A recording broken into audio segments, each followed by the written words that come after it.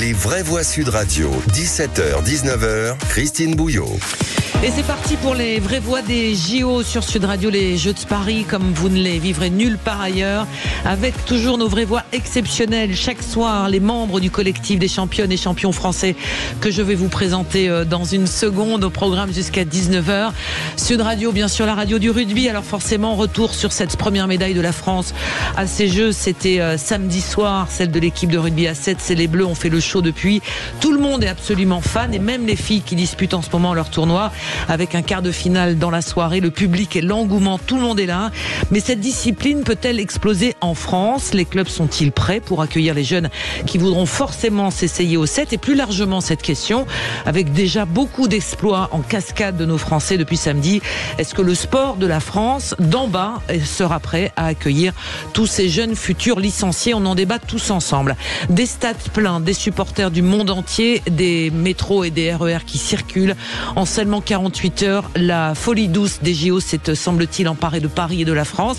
Quand on regarde par exemple les audiences télé, l'heure bien sûr n'est pas encore au bilan, mais alors qu'on nous prédisait le pire et la catastrophe, est-ce que vous êtes surpris par cet engouement soudain pour les Jeux Olympiques de Paris ?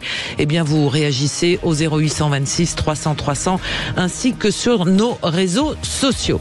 Autour de cette table, mesdames, messieurs, petit coucou à nos vraies voix des JO. Ce soir, il est redescendu de ses montagnes, c'est Philippe Candeloro. Bonsoir. Bonsoir. Merci d'être avec nous. Je rappelle, vice-champion du monde de patinage artistique, double médaillé aux Jeux Olympiques d'hiver. Le retour dans la plaine s'est bien passé. Bah plutôt bien, ouais. Il fait chaud, hein ? Oui, il fait plus chaud ici. J'étais bien là-haut en montagne. Et je croisais quelques marmottes, quelques chamois, tout va bien. Il est avec nous ce soir et on est ravis. C'est Robert Leroux. Bonsoir Robert. Bonsoir tout le monde. Bonsoir Robert, médaillé de bronze en épée par équipe aux JO d'Atlanta, aussi membre du collectif des championnes et champions français. Tout va bien là où vous êtes, pas trop chaud ? 40 degrés. Bon, faut rester à l'ombre. On va. Chaud. Avec les épreuves et chaud avec la température. Pascal Eouzan qui est avec nous ce soir. Bonsoir Pascal, quadruple champion du monde de tumbling, président de ce collectif des championnes et champions français. On s'est régalé depuis dimanche, samedi, même depuis le début en fait. Bah écoutez, moi depuis vendredi, à partir du moment où il y a eu la cérémonie, déjà je me suis régalé à la cérémonie, et puis là on vient de passer un week-end extraordinaire. Ce qui est super bien, c'est que finalement, on parle plus, il n'y a plus rien, il n'y a plus de place pour autre chose que le sport à la télé, donc ça, c'est génial. J'aime bien. Allez, on va en venir justement avec Gilles Gansman qui est venu nous voir. Bonsoir Gilles, journaliste média Sud Radio. De tumbling. Mais peut-être un jour. Peut-être. Allez, on va parler avec vous évidemment de cette folie, mais vous avez pas mal d'infos à la fois sur la cérémonie et médias aussi, parce qu'il y a quand même des enseignements qui donnent aussi la température de ce qui est en train de se passer. Pour la première fois de son histoire, France 2 est devant TF1. Et TF1 a répondu par un tweet très laconique et très drôle. Ne vous inquiétez pas, ça vous arrivera que tous les 100 ans. Ça c'est hippon. Ça c'est un hippon. Voilà. Antoine Mazer qui est avec nous, branché à 100%, journaliste Sud Radio, journaliste sport. Bonsoir. Alors bien sûr avec vous, il y a le petit quiz tout à l'heure, mais il y a aussi surtout le fil rouge parce que les compétitions s'enchaînent les unes après les autres. Et on va retrouver aussi notre reporter dans un instant, Clément Arion, à moins qu'il soit déjà là. Clément, il est déjà là ? Non, il n'est pas encore là. Je lui avais dit à 18h, donc il va passer tout à l'heure. Clément Arion, il a passé la journée au skatepark de la Concorde. Il y avait une chance de médaille. Bon, ça s'est pas très bien passé pour les Français, mais il va surtout nous raconter l'extraordinaire spot qu'est ce skatepark de la Concorde, avec un engouement incroyable. Ça a été effectivement ce qu'on appelle complet depuis le début, quasiment impossible de trouver des places, même à la revente. On a essayé avec Antoine, on n'a pas trouvé. On fait un petit coucou à notre auditeur du jour. On va à la Grande Motte retrouver Philippe. Bonsoir Philippe. Bonsoir à tous, bonsoir. Il fait pas trop chaud à la Grande Motte là ? Bon, voilà, et la mer. Honnêtement, je suis dans la clim, donc ça se passe plutôt bien. J'ai la piscine et le bateau, donc a priori. Tout va bien. La vie est belle, hein. Voilà un bon Philippe. Ça devrait le faire. Moi, j'ai pas le bateau. Bon Philippe, alors vous avez un petit coup de cœur. On va revenir sur ce relais de la flamme parce que c'est vrai qu'on était passé un peu vite sur ces images et sur cette image en particulier parce qu'elle va nous renvoyer à un événement qui va arriver bientôt, celui des Jeux Paralympiques. C'est l'image d'un certain Kevin Piette et c'était important de faire un retour sur cette personne. Oui, c'est une image qui m'a marqué. Moi, je pense beaucoup aux gens qui sont actuellement hospitalisés ou qui ont eu des gros coups durs dans leur vie, des accidents, des choses comme ça, qui sont au fond de leur lit. Les gens qui sont, qui ont peut-être plus la possibilité de faire du sport comme tout un chacun. Et cette image, elle est magnifique. Ça s'est passé à Poissy. C'est un jeune homme qui a eu un accident de moto. Il a 32 ans, je crois.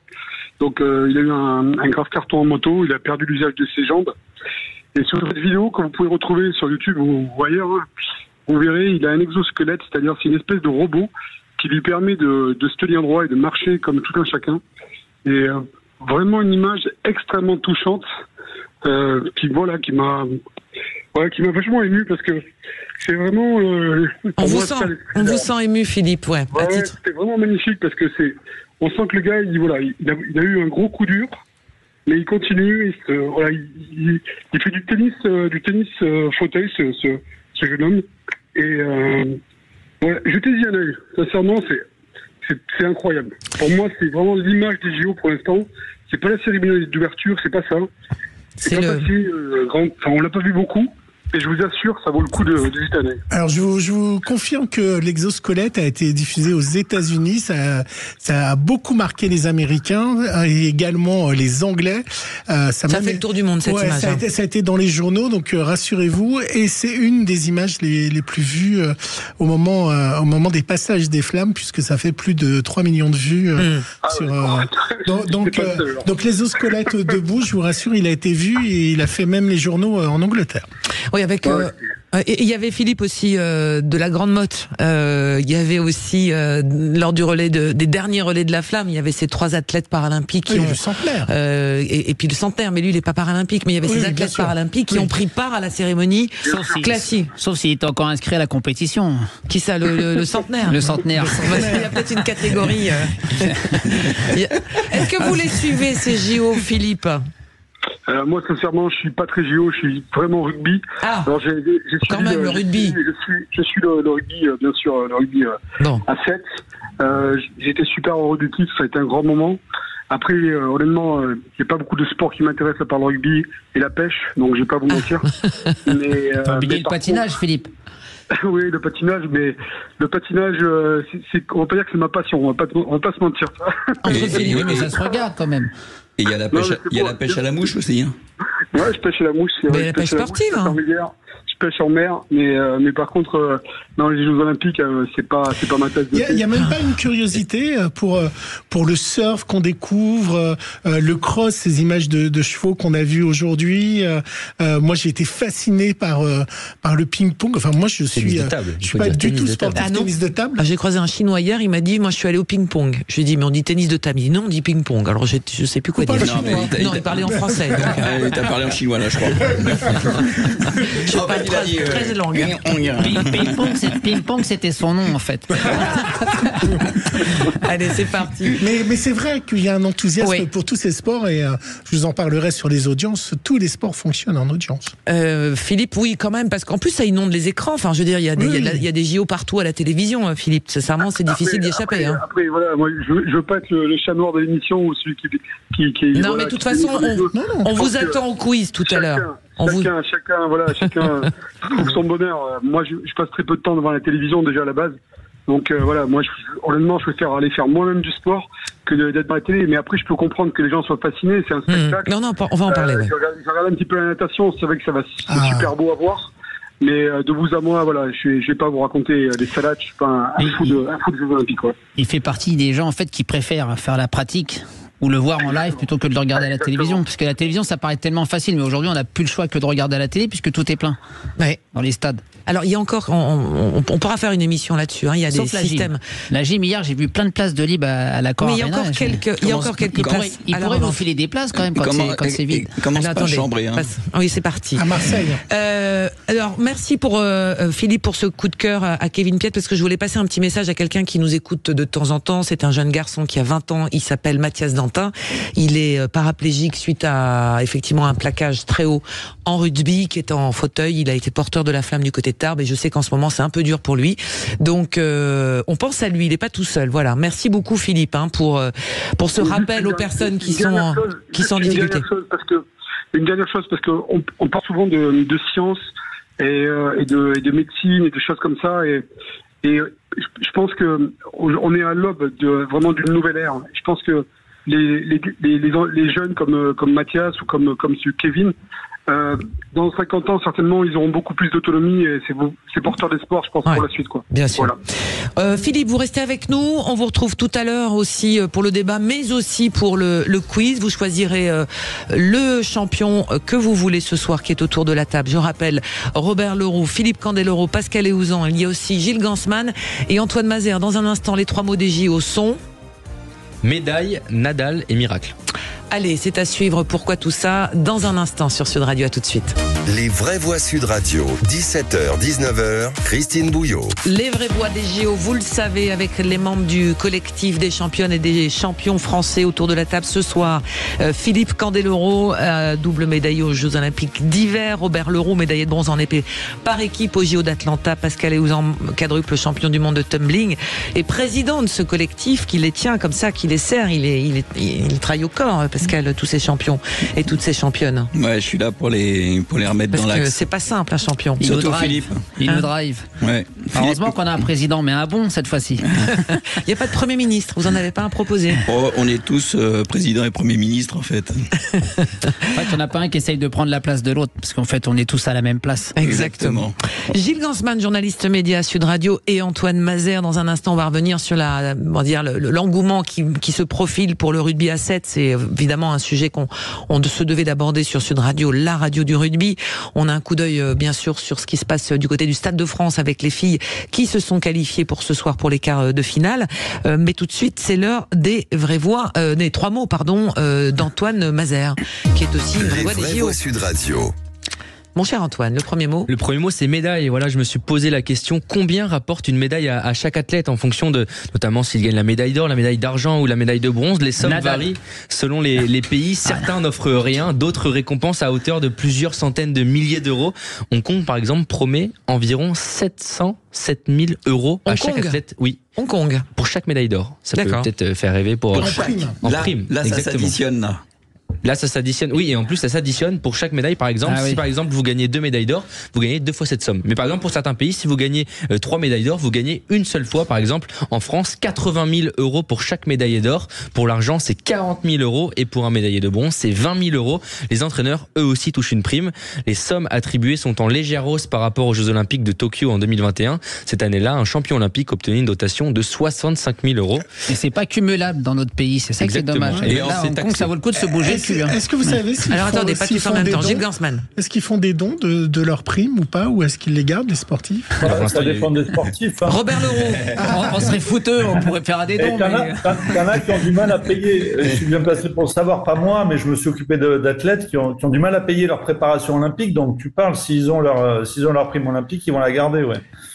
Et il faut aussi signaler une chose, parce qu'on nous fait croire des fois des choses, mais effectivement, les primes ont augmenté en termes de tarifs, mais elles sont fiscalisées. Donc, alors que les premières primes olympiques, elles n'étaient pas à l'époque fiscalisées. Ouais, c'est vrai. Vous avez touché combien, vous? Moi, pour une médaille de bronze, j'ai même touché que pour la deuxième, pas pour la première, parce qu'à l'époque de Mitterrand, il ne remettait pas l'ordre national du mérite.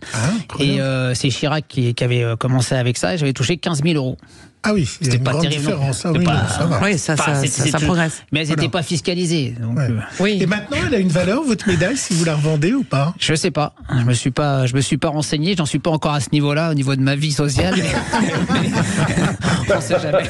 Après, je pense qu'il y a la valeur de la médaille, mais la valeur de la personne qui la porte. Je pense que celle de Philippe, elle doit valoir cher. Par contre, celle de Pascal. Moi, je n'ai pas croisé un seul athlète médaillé olympique qui un jour a eu la saugrenue idée de revendre une médaille. Sur si. Je crois que ça s'est fait. Boris Becker avait vendu ses trophées quand il était en faillite, je crois. Robert Leroux, ça s'est déjà fait? Il me semble que ça s'est fait.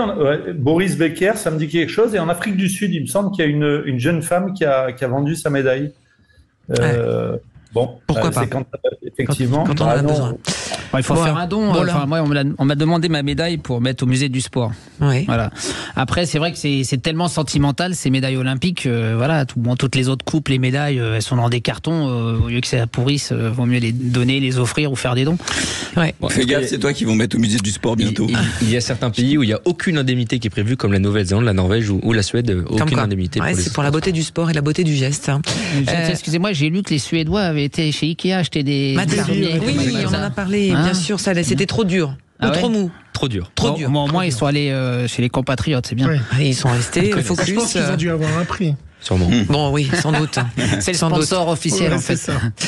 Deuxième mot. Ouais, c'est terminé pour Rafael Nadal. Le deuxième mot, c'était Nadal. Malgré une légère réaction dans le deuxième set, Rafael Nadal n'a rien pu faire face au numéro 2 mondial Novak Djokovic au deuxième tour du tournoi olympique de tennis.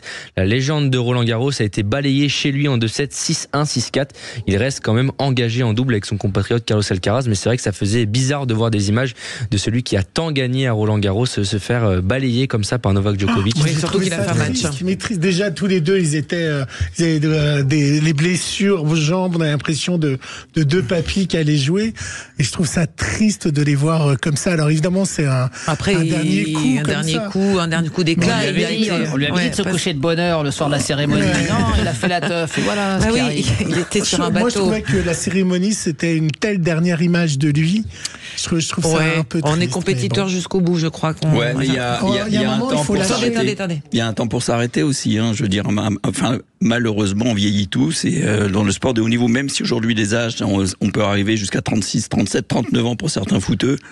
C'est quand même compliqué. 40 ans pour Nicolas Karabatic. Et dernier mot et après on va faire... Ouais, c'est le mot miracle. Oui, croire à un miracle, c'est le mot de Kevin Mayer à quelques jours du début de l'athlétisme. Blessé à une cuisse, on s'en rappelle, début juillet. Et toujours incertain pour les Jeux Olympiques, le Français a donné de ses nouvelles hier. Sur son compte Instagram, il imagine un miracle à 5 jours du début du décathlon olympique. Chaque jour, les progrès sont surprenants, précisant qu'il n'y avait aucune certitude à l'heure actuelle qu'il soit au départ du 100 mètres vendredi, la première épreuve du décathlon au Stade de France. Mayer se dit, quoi qu'il arrive, prêt à mourir sur la piste, les Jeux de Paris étant son objectif ultime. Eh ben, on croise les doigts pour lui, évidemment. On est derrière lui, Kevin Mayer. Comme celui qui s'est coupé le doigt. Oui, c'est sûr. C'est compliqué pour C'est un peu compliqué pour préférer. Allez, on va revenir dans un instant avec nos vraies voix des JO ce soir, mais il n'y a pas que les JO dans la vie. On va s'intéresser maintenant à l'autre actualité du jour. C'est la canicule qui s'installe durablement sur le pays. Les vraies voix Sud Radio. Oui, cette alerte canicule, Robert Leroux nous le disait à l'instant, du côté de Bordeaux, où il fait 40 degrés cet après-midi. Ce soir, 41 départements sont placés en vigilance orange à la canicule. Une alerte qui va s'étendre demain et qui va remonter à 45 départements, et notamment du côté de l'Île-de-France. On y reviendra sur les conséquences pour les Jeux, mais pour l'instant, voyons comment ça s'est passé justement du côté de Bordeaux avec le maire de Bordeaux, Pierre Urmic. Bonsoir, monsieur le maire. Bonsoir. Bonsoir. Alors, 40 degrés frôlés ou atteints du côté de Bordeaux à 17h23 ? À certains endroits atteints. Donc vraiment une très très forte chaleur dans des endroits, dans ce qu'on appelle des îlots de chaleur urbains, comme on en a hélas quelques-uns à Bordeaux. Oui. On a atteint des températures de cet ordre. Vous étiez prêt, justement, vous parlez de ces îlots de chaleur qu'il faut arriver absolument à contenir dans ces périodes de canicule. Oui, nous étions prêts parce que c'est des événements qui, hélas, deviennent de plus en plus réguliers, ça de plus en plus intense, de plus en plus long, mais de plus en plus régulier.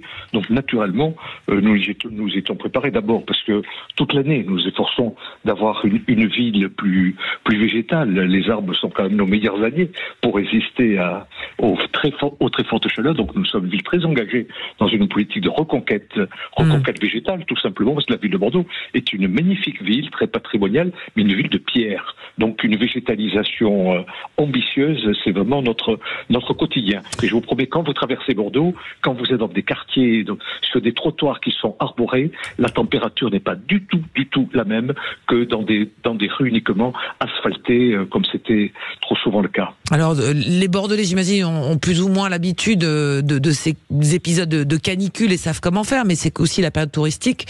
Donc qu'est-ce qui est prévu pour les touristes, pour les personnes fragiles aussi? On sait que les points d'eau, c'est souvent compliqué à trouver dans les grandes villes.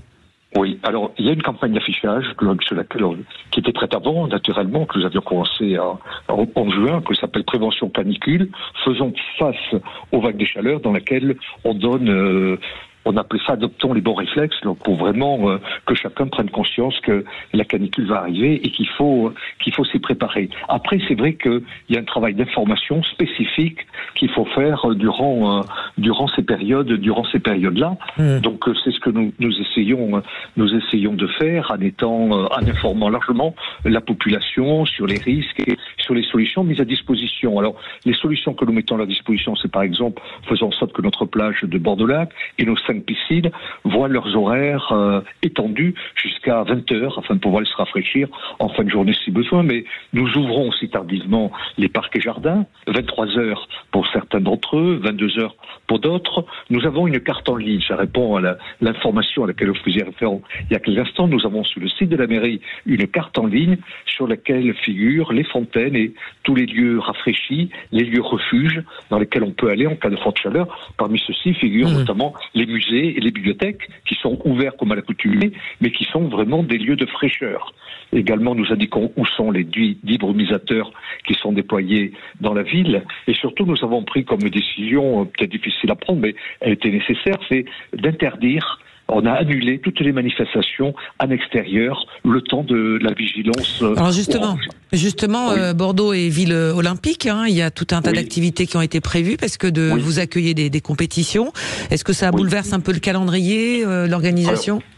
Alors, comme manifestation, ce que nous accueillons, ce sont 7 matchs de football qui ont lieu en soirée. Donc, pour la soirée, c'est pas les périodes les plus difficiles. Donc, jusqu'à présent, nous n'avons pas connu de difficultés. Et également, nous avons mis en disposition, dès le début des JO, notre palais des sports et qui retransmet en direct toutes les épreuves sportives des JO. Et ça se combine très bien avec la canicule parce que c'est vraiment un lieu de fraîcheur. J'étais encore hier après-midi où il faisait très chaud, mais il y a du monde, mais la température est beaucoup plus supportable que dans beaucoup d'endroits en extérieur et en intérieur, ailleurs dans la ville. Donc on combine, je crois parfaitement, l'accueil des manifestations des JO, la retransmission des JO en direct et toutes ces précautions à prendre pour vis-à-vis notamment des plus démunis. On fait en sorte que tous les gens qui veulent payer des sports aient à boire autant qu'ils le souhaitent. Enfin, on essaie d'être très vigilant pour que ces conditions d'accueil soient les plus possibles compatibles avec la canicule. Merci Pierre Urmic, merci beaucoup d'être passé nous voir dans les vraies voix des JO, maire de Bordeaux. Donc on le rappelle, cette alerte canicule qui va continuer et qui va s'étendre demain à l'Île-de-France notamment. Et j'en profite que vous êtes là, cher vraie voix. Ça peut changer la donne demain pour les compétiteurs et compétitrices. Tout d'un coup, pour les sports extérieurs, cette remontée subite des températures, Philippe Candeloro ? Il n'y a pas que les sports extérieurs, ça dépend aussi comment est acclimatée la salle où ça se joue en intérieur aussi. Parfois en patinoire, par exemple, c'était compliqué parce qu'on n'a jamais le même éclairage, on n'a jamais la même chaleur, la même humidité. Donc il peut se passer exactement la même chose sur les sports d'intérieur. Bon, on a comme des salles qui sont assez modernes, donc qui sont assez bien climatisées. Mais c'est sûr que sur l'extérieur, là, je regardais le VTT hier, là, sous la grosse chaleur qu'il y avait, il fallait pouvoir tenir, parce que on les voyait, la gourde, il a préféré se les mettre sur le corps que de se mettre dans le gosier. Oui, dimanche, il y a le marathon. Oui. Il y a le marathon dans tout Paris. Et là, ça va faire chaud dans Paris. C'est plus compliqué que lorsque vous êtes dans la forêt ou au bord de l'eau. Pascal, un dernier mot ? Écoute, moi, en fait, les jambes, on avait un sport en jambes et j'avais horreur d'avoir chaud aux jambes. Donc, bien souvent, avant la compétition, je les mettais au frais. Parce que ça nous pétait les jambes et qu'on avait l'impression de plus être dynamique, quoi. Je veux dire, on était tout mou, quoi. Et dans toutes les compétitions d'escrime, jamais eu de problème de clim dans les salles, Robert Leroux. Ça peut jouer ou pas ? Parce que vous avez le casque, la combinaison, enfin c'est quand même... On n'est pas des chochottes comme les tumblers et les passports, mais on s'adapte à tout. Nous, chaud, froid, neige, pluie... Non, mais vous perdez forcément 2 kilos par match combat. Avec tout le matos. Non, mais pour être sérieux, ça pose des problèmes quand vraiment il y a une grosse sudation et le courant électrique peut mal se transmettre sur les touches. Et ça pose des problèmes d'allumage, parfois. Ah, c'est pour ça qu'il y en a qui sautent comme ça, qui rebondissent, ils prennent des coups de jus. Là, t'allumes comme un magicien. Là, t'es Gérard Majax et t'allumes parce que tu transpires, quoi. Allez, on va continuer dans un instant. On va s'arrêter, en faire une pause en compagnie de Philippe Candeloro, Robert Leroux, Pascal Eouzan, Gilles Gansman, Antoine Mazer. On continue ces vraies voix des JO. On va s'intéresser à l'engouement autour du rugby à 7. On aura le vice-président de la FFR, notre invité dans un instant et on va parler de ces clubs de rugby à 7, enfin on l'espère, de résultats des filles. Antoine Mazer est là et sur le fil pour tout nous dire de ce qui va se passer et demain également. Et ça c'est à suivre dans les vraies voix des JO jusqu'à 19h sur Sud Radio. À tout de suite.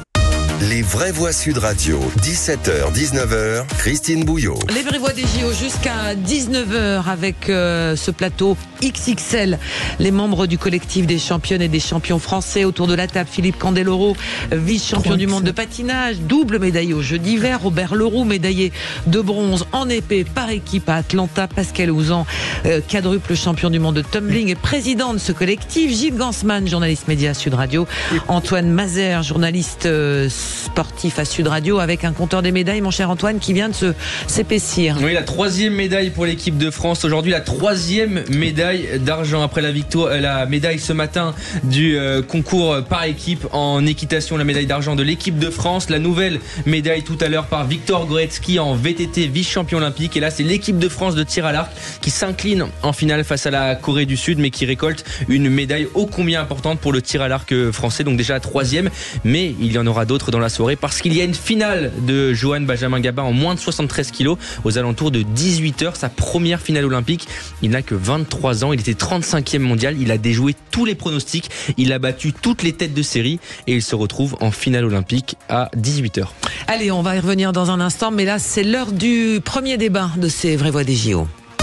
Les vraies voix Sud Radio, le grand débat du jour. Alors Sud Radio, la radio du rugby, vous l'avez vécu en direct en intégralité sur notre antenne, l'épopée du rugby à 7 français avec cette médaille olympique, la première qui a lancé le palmarès et qui a ouvert le compteur finalement des médailles d'or pour l'équipe de France olympique. C'était samedi soir, la bande à Antoine Dupont qui décroche le titre, une mise en lumière incroyable pour cette discipline qui était un peu à la peine sur le plan médiatique, l'arrivée d'Antoine Dupont ayant accéléré le phénomène. Notre invité pour en parler et pour savoir si la discipline va pouvoir finalement se développer sur tout le territoire, Jean-Marc Lermet, bonsoir. Bonsoir. Vice-président de la fédération, vous êtes en charge du haut niveau et de ce rugby à 7. La question est assez simple. On voit l'engouement, le show qu'ont fait les Français, le parcours que sont en train de réaliser les Françaises actuellement au Stade de France. Est-ce que vous sentez déjà un frémissement de pratiquants et est-ce que vous êtes prêts ? Alors, frémissement pratiquant, c'est difficile à dire. Voilà, c'est un peu tôt, on le constatera à la rentrée, mais en tout cas, on compte bien sur les très bons résultats de nos équipes à 7. Alors, qui déjà étaient présents avant les JO, puisqu'on a quand même deux équipes, une équipe garçon et une équipe fille, qui sont une championne du monde des World Series sur la saison passée, et l'équipe de filles vice-championne, avec effectivement une figure médiatique incontournable qui est Antoine Dupont. Donc ça a déjà mis pas mal de lumière sur le 7 sur cette saison. Et puis voilà, le boost incroyable des JO va sûrement et incontestablement amener des jeunes garçons et des jeunes filles à la pratique du rugby dès le mois de septembre. Monsieur le vice-président, monsieur Jean-Marc Lermet, il y a Gilles Gansman qui a une question pour vous. Une question média, évidemment. Est-ce que vous pensez que ça va vous aider aussi à avoir des diffusions télé? Parce que jusqu'ici, on voyait plutôt le rugby à 15. Est-ce que Canal+ et France Télévisions vont être plus ouverts à diffuser le rugby à 7? Oui, ce serait très important pour développer et pour promouvoir cette compétition. Alors ça existe déjà, mais sur des canaux de diffusion assez oui, il y a l'équipe TV, je crois, de temps en temps. Alors de temps en temps l'équipe TV, Rugby Pass, oui. mais avec des audiences qui sont très très intéressantes. Mais c'est vrai que le rugby à 7 a un format qui est pas toujours facile, parce que ce sont des compétitions qui sont étalées sur plusieurs jours, avec des matchs d'une durée de 7 à 10 minutes qui s'enchaînent les uns derrière les autres, et c'est vrai que c'est pas forcément le format le plus favorable à la diffusion, mais je pense qu'il y a vraiment un potentiel d'intérêt quand on voit aujourd'hui que nos séances de rugby à 7 remplissent le Stade de France pour les garçons, pour les filles, pour les matchs de poule, pour les matchs de phase finale. On est à 8 sessions, les 8 sessions font le plein au Stade de France. Donc, mais sans Dupont, vous n'avez pas peur que le soufflet retombe? Mais chez les filles, il n'y a pas Dupont, et pourtant le stade est plein, et l'engouement est présent. Donc Antoine n'est qu'un amplificateur de phénomènes autour des garçons, mais je pense que la machine est lancée grâce aux résultats, grâce au collectif aussi, et puis grâce aussi à Antoine Dupont. Mais Antoine Dupont, c'est vrai qu'on en parle beaucoup parce que c'est c'est un joueur exceptionnel, mais aujourd'hui les résultats du 7, ils sont aussi liés à un collectif qui travaille depuis plusieurs années. Il n'est pas tout seul, ouais. Et qui avait besoin d'une étincelle, cette étincelle, Antoine Dupont. C'était au Stade de France. Philippe Candeloro, une question pour vous, Jean-Marc Clermay. Une boutasse qui dit dans les filles, il n'y a pas Dupont, mais on ne sait pas encore. Ça n'a pas été bien cherché. mais il y a, voilà, il n'y a pas forcément de joueuses chez les filles qui se dégagent comme un Antoine Dupont en termes d'image médiatique, mais par contre, il y a un collectif qui est très très fort aussi. Alors là, ma question, moi, c'était est-ce que vous n'avez pas peur que finalement, est-ce que le rugby à 7 va devenir un concurrent du rugby à 15 sur le développement au niveau des enfants, au niveau de l'engouement? Non, pas du tout. Alors là, j'ai aucune crainte là-dessus parce qu'en fait, c'est quand même deux disciplines qui sont très proches et qui sont très complémentaires surtout. C'est-à-dire que les clubs, les mêmes clubs peuvent porter la discipline à 15 à 7. Alors, effectivement, il faut créer des compétitions, des tournois à 7 et les joueurs vont soit pouvoir rester à 7, soit pouvoir basculer sur le 15 ou même des joueurs du 15 qui vont pouvoir revenir à 7. Donc les passerelles sont nombreuses et au contraire, je pense que la complémentarité fait que ça va vraiment profiter à tout le monde. Jean-Marc Clermay, si demain vous doublez votre nombre de licenciés entre le 7 et le 15, il va vous falloir plus de terrain finalement. Bon, en fait, pas forcément, parce que là encore, je le dis, le travail il se fait en collaboration avec le 15. Donc les créneaux, ils vont pouvoir se trouver. Et puis il peut y avoir des entraînements communs 15 à 7, et puis après des entraînements spécifiques 15 à 7 et des compétitions spécifiques. Donc vraiment cette notion de complémentarité me fait pas de tant mieux. Alors Jean-Marc Clermay, les vraies voix des JO ont plein de questions à vous poser. Robert Leroux, qui était avec nous aussi, a une question à vous poser, Jean-Marc Clermay. Oui, mais c'était une réaction par rapport au sport scolaire. Je trouvais que à 7, c'est quand même peut-être plus pratique de faire ça en milieu scolaire et apprendre aux gamins les rudiments et le début du rugby. Je trouve que c'est quand même plus facile de trouver 14 gosses qui jouent ensemble plutôt que 30, quoi. Alors, on a déjà une solution pour le scolaire qui s'appelle le rugby à 5.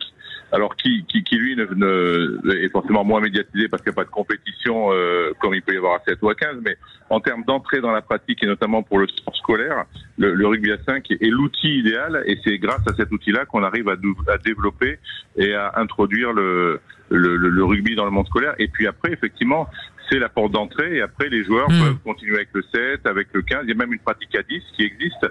Donc c'est le rugby avec l'idée de trouver pour chaque joueur, en fonction de sa morphologie, en fonction de son envie, de ses appétences, le rugby qui lui convient le mieux.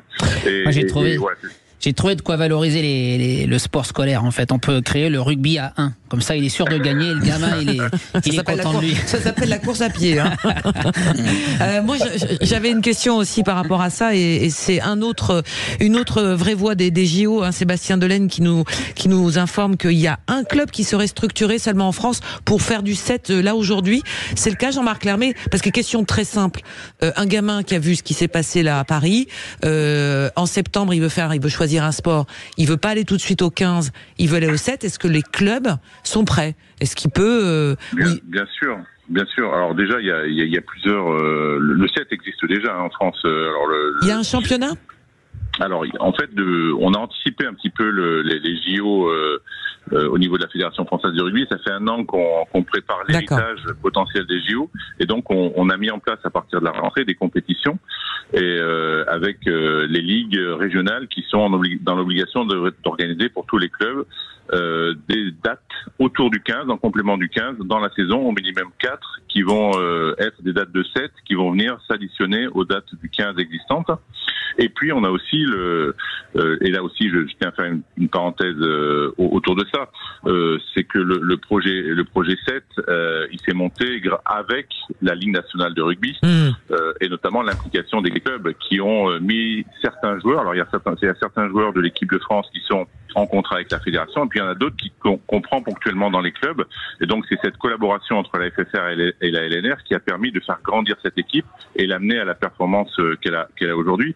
Et la Ligue nationale de rugby, donc qui gère les championnats professionnels de rugby, a créé depuis quelques années maintenant une compétition professionnelle à 7 qui s'appelle l'Inextenso 7 et qui implique toutes les équipes professionnelles avec 3 dates cet été, plus une grande finale au mois de février. Donc il y a vraiment des choses qui se mettent en place et qui sont en train de grandir autour du 7 et de faire la promotion du 7 et qui amènent les joueurs à faire du 7. Demain, pour être très clair et répondre à votre question très clairement, demain, il y a un jeune garçon ou une jeune fille qui se dit je veux faire du 7, il va dans le premier club qu'il a à côté de chez lui, et il aura l'opportunité, grâce à des éducateurs, de faire du 7, et il aura des compétitions dans l'année pour faire du 7. Voilà, donc ça c'est. Alors il y a d'autres questions des vraies voix là.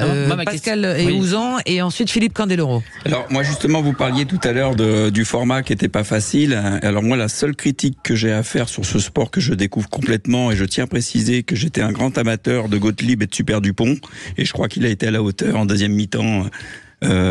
Dernièrement, c'est juste que je trouve que la compétition, pour moi, attention, pour moi, elle est trop courte, 2 fois 7 minutes. Moi, je verrais bien plutôt un 3 fois 7, parce que je trouve que la dimension sportive, en fait, on est face à un sprint rugbystique. Mais moi, il me manque un petit peu d'écroulement en fin de match, parce que ça va. Alors, je sais pas. Le terrain est très grand, mais je trouve que la question cool. Est-ce que ça c'est changeable? Ma question va rejoindre un petit peu ce que demande Pascal. En fait, c'est que sur le développement musculaire, en fait, c'est un peu 2 pratiques différentes, parce qu'on court beaucoup plus vite, plus rapidement au rugby à 7 qu'au rugby à 15. Jean-Marc Lermet. Est-ce qu'il y a des aménagements qui vont être faits ou pas? Est-ce qu'il y a un gros différentiel? On imagine que le cardio est totalement différent entre le 15 et le 7, évidemment, c'est la résistance physique. Alors déjà sur le format, déjà 2 fois 7, vous questionnerez les joueurs sur la façon dont ils terminent les matchs. Non, c'est un effort qui est absolument ahurissant. Oui, on l'a vu au Stade de France. Et il y a des vraies explosions en fin de match. On voit les joueurs qui sont complètement anéantis. Ça crée. Alors il y a déjà des espaces, parce que quand on joue à 7 contre 7 sur un terrain normal, il y a naturellement plus d'espace. En plus, quand les joueurs sont fatigués à la fin du match, là, ça devient vraiment intéressant. Donc, je pense que le format changera pas, parce que vraiment ça marche. Ce format-là marche, et il est en train vraiment de s'inscrire sur la durée. Après, sur la différence entre le 15 et le 7, oui, effectivement, ce sont des morphotypes de joueurs qui sont différents, avec des qualités physiques qui sont différentes, mais il y a quand même un noyau dur de compétences qui sont les mêmes. Ce jeu autour de la balle ovale, les sprints, les passes, les rucks, les mêlées, les touches, il y a quand même un noyau commun, mais c'est vrai que ça s'adresse pas forcément aux mêmes joueurs. Maintenant, il y a des joueurs qui font les deux, et des joueuses qui font les deux. Par exemple, on a des joueuses qui jouent en équipe de France à 7 et en équipe de France à 15.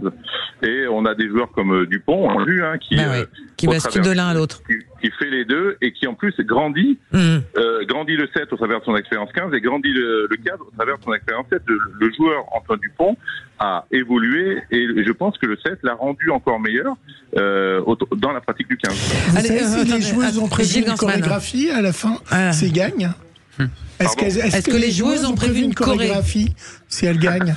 Alors en fait, la chorégraphie, là aussi, il y a une petite. Il faut que je précise certaines choses. En fait, la chorégraphie, c'est pas les joueurs qui, pour s'amuser, ont décidé de faire une danse. En fait, il se trouve que Jérôme Daré, qui est l'entraîneur du 7, a mis en place avec cette équipe-là des formes d'entraînement et de développement de compétences très innovants, et notamment, ça fait plusieurs mois. Ils ont des cours de danse, c'est ça? Qu'ils travaillent avec la chorégraphe du Moulin Rouge pour travailler la notion de rythme et de tempo, parce que le rythme et le tempo, c'est une qualité dans le 7 qui est très importante. À 7, il faut être capable de reculer pendant 10 secondes pour pouvoir à un moment accélérer tous ensemble. Et donc, ils travaillent depuis des mois et des mois la danse avec cette chorégraphe. Ils ont fait des exercices avec les filles du Moulin Rouge, et donc ils ont voulu rendre honneur et remercier on comprend pourquoi ils ont été assidus. On comprend pourquoi ils ont été assidus aux entraînements sur le niveau de la danse. Mais c'est vrai que les filles, par contre, n'ont pas travaillé les mêmes choses, et donc peut-être qu'elles vont improviser quelque chose, mais ça ne sera pas symbolique d'un travail qu'elles ont effectué depuis des mois, et qui les ont fait être encore plus forts comme les garçons. Alors bougez pas, Jean-Marc Lermet, parce que vous passez sur le grill de nos vraies voix des JO depuis la grande mode. C'est notre auditeur du jour, c'est Philippe, qui avait une question également, qui est fan de rugby, qui avait une question à vous poser aussi. On vous écoute, Philippe. Moi, j'ai une question, ça concerne les Jeux Olympiques et le rugby à 15. Je crois que le rugby à 15 a été retiré des Jeux Olympiques dans les années 20. Les dernières fois qu'il y a eu le rugby à 15 aux Jeux Olympiques, c'était à Paris dans les années 20. Ils avaient retiré le rugby parce qu'il y avait trop de bagarres, c'était une autre époque, c'était un sport violent. C'est toujours violent, mais à l'époque, c'était vraiment. Il y avait beaucoup plus de bagarres. Et la question est la suivante: est-ce que le rugby à 15 ne pourrait pas revenir aux Jeux Olympiques? Parce que pour les vrais amateurs de rugby comme moi.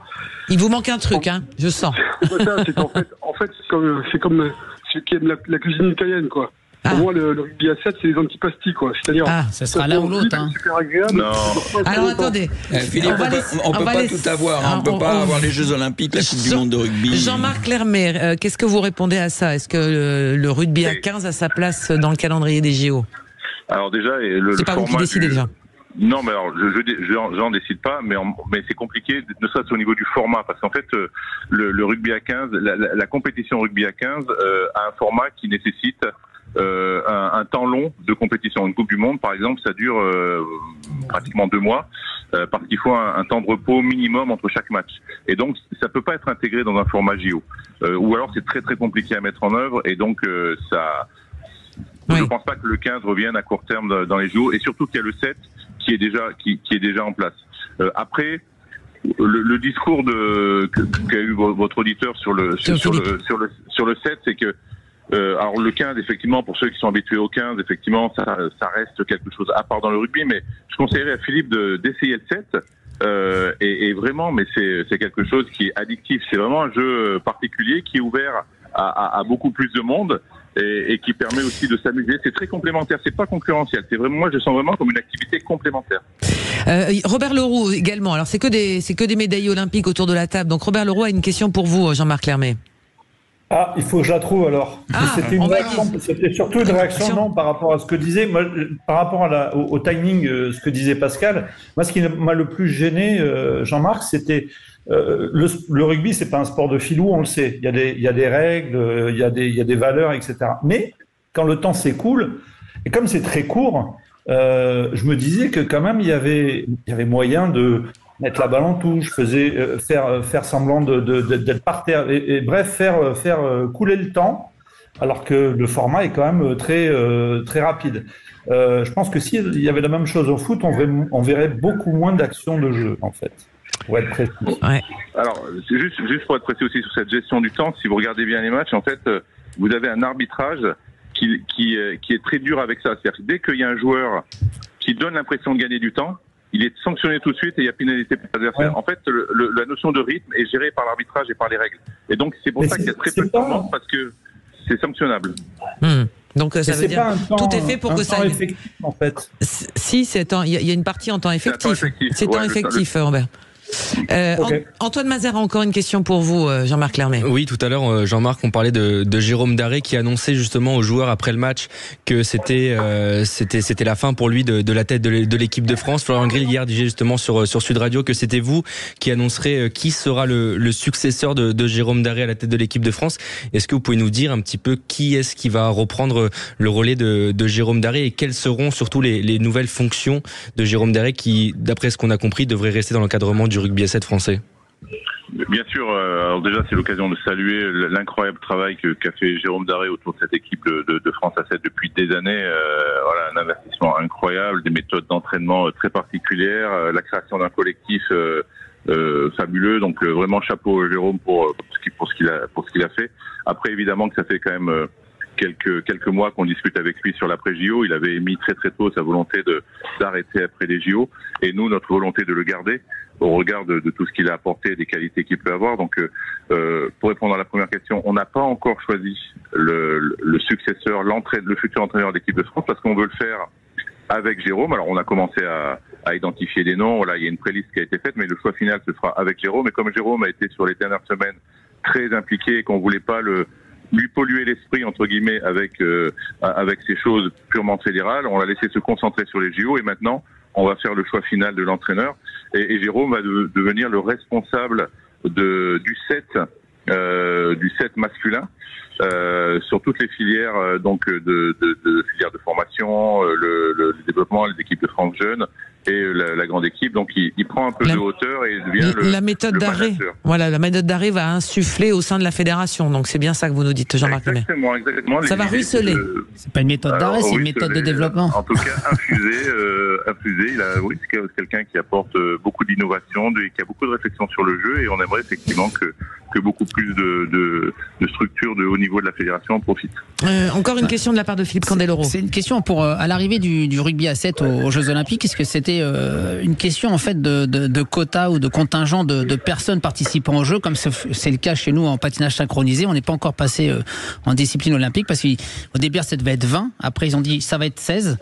Parce que en fait sinon ça ferait beaucoup trop de monde encore en plus à gérer sur ces sports d'équipe qui ont fait leur arrivée sur les jeux. Alors au niveau du contingent de joueurs, il y a 12 joueurs qui sont concernés par l'équipe en fait, en intégrant donc le turnover, les remplaçants. En cas de blessure, comme ça s'est passé pour l'équipe de France, vous avez la possibilité d'en changer un. C'est ce qui s'est passé. Donc nous on a 13 joueurs qui ont été impliqués dans cette victoire-là. Donc non, c'est des effectifs. Non mais comparé au 15, il faudrait venir à combien?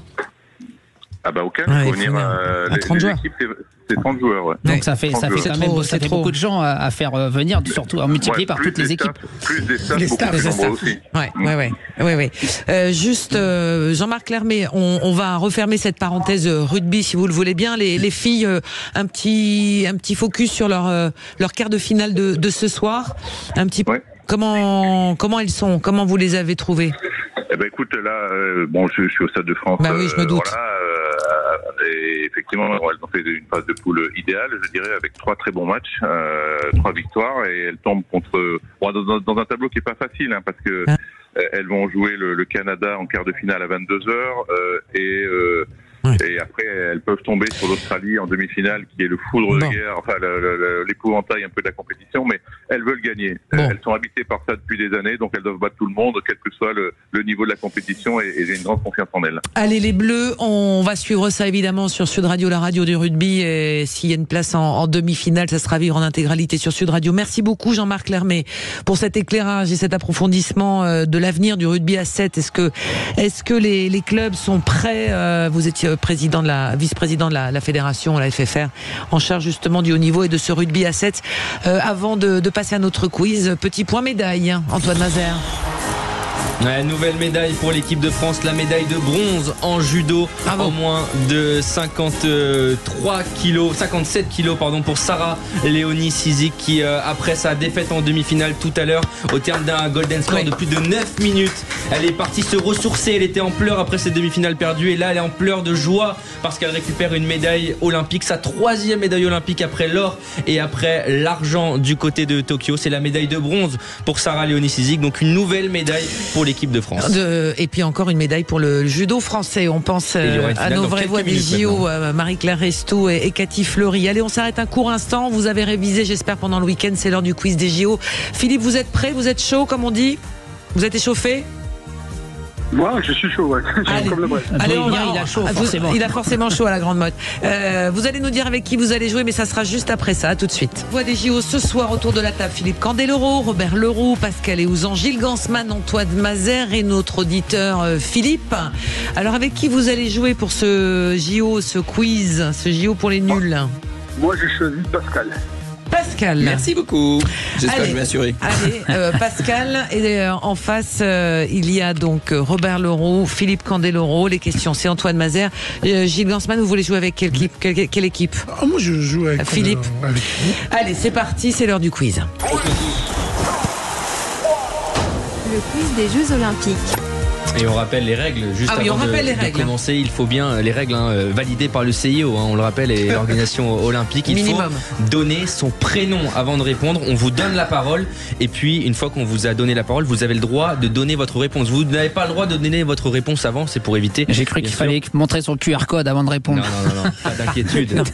Pas d'inquiétude. Allez, on se concentre. C'est parti. Vous vous rappelez des équipes, je vais vous donner les questions, ça va aller très très vite. On donne bien son prénom avant de répondre et après on vous donne la parole. Et si vous vous trompez dans la réponse, c'est à l'autre équipe de répondre. Alors la première question, c'est parti. Quelle est la plus grosse marque au judo, celle qui vous fait gagner 100 points d'un coup? Hippon. Le hippon. Bravo. C'est rapide, le type. Réponse. Bravo, Pascal. Attention. Merci. Là, c'est une question un petit peu plus histoire, ça va aller très vite. Léon Marchand a réalisé hier le record olympique du 400 mètres 4 nages. C'était la 2e performance de tous les temps. Mais qui est le nageur qui a réalisé justement la première performance mondiale de tous les temps? Michael Phelps. Michael Phelps. C'est une mauvaise réponse. Pascal, c'est à notre équipe. Oui. Léon Marchand. Eh ben oui, c'est Léon Marchand qui a ce record. La fin de la question lors des championnats du monde de 2023 en 4 minutes 02, effaçant à la même occasion le dernier record de Michael Phelps. 2-0. 2-0 là. Hein. Attention, la remontada peut-être. Attention. Cette équipe, vous avez encore combien de questions, Antoine? Il en reste, on va voir le temps, on va voir en fonction du temps. En fonction du temps. Comment s'appelle l'épreuve de VTT qu'a remporté Pauline Ferrand-Prévôt hier? Pascal. Le cross. Non, c'est faux. Alors vous pouvez plus répondre. Hein. L'équipe Robert. C'est presque ça. Gilles, cyclocross. Oui, cross-country, c'est une bonne réponse. C'est une victoire de Philippe Candeloro et Robert Leroux. Et une question, c'est Philippe qui a répondu d'ailleurs.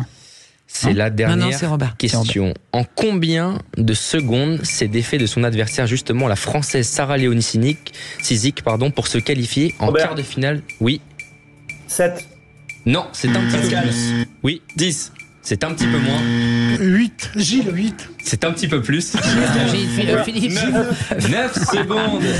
Moi je dis Gilles. Qui a répondu? Même plus mon prénom. Et on va réécouter justement, ça va durer quelques secondes, on va écouter les commentaires de Rodolphe Gaudin, Amélie Odéol, c'était ce matin sur France 2, 9 secondes. La japonaise, triple championne du monde junior, la dernière fois d'ailleurs, c'était face à Sarah Léonie Sizik. J'espère que vous étiez accrochés à votre siège. Il fallait être accroché, voilà, Sarah Léonie Sizik qui justement, on vient d'en parler, vient de remporter la médaille de bronze à l'équipe de France. Voilà, c'est mieux, on se rappelle mieux quand on voit en fait, moi j'ai pas vu l'événement de ce matin là justement. J'étais occupé des tâches ménagères. S'il y avait les Jeux Olympiques des tâches ménagères, je pense que je serais pas mauvais. Je serais peut-être médaille d'argent. Dans quelle discipline? Moi, je suis le décathlon pas des ordures ménagères, mais des tâches ménagères.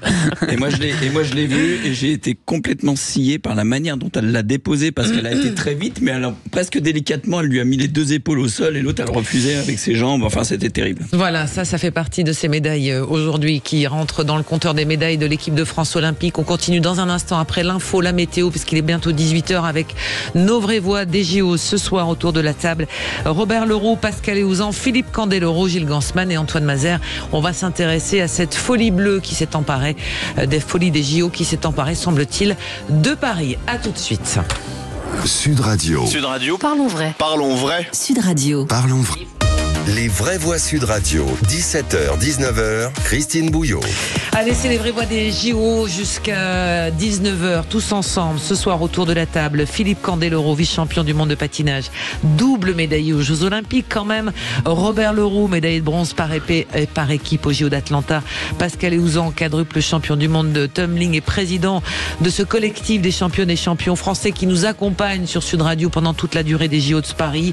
Nous avons également Gilles Gansman, journaliste média à Sud Radio, et Antoine Mazer, journaliste sportif à Sud Radio. Alors dans un instant, on va revenir avec notre débat sur cette folie qui s'est emparée malgré tout ce qu'on a pu prédire pour les JO de Paris, autour de ces JO de Paris avec tout simplement des stades pleins, on l'a dit, avec des audiences records. On va voir ça avec vous, Gilles, dans un instant. Est-ce que vous êtes surpris de cette JO-mania qui semble saisir en tous les cas la capitale, peut-être le reste de la France? C'est à vous de nous le dire aussi de votre côté au 0826 300 300, mais également sur les réseaux sociaux. Avant cela, un site qui fait le carton, et notamment sur les réseaux sociaux avec les photos, on va dire un site iconique de Paris, c'est le skatepark de la Concorde, où on retrouve notre reporter Clément à Rion.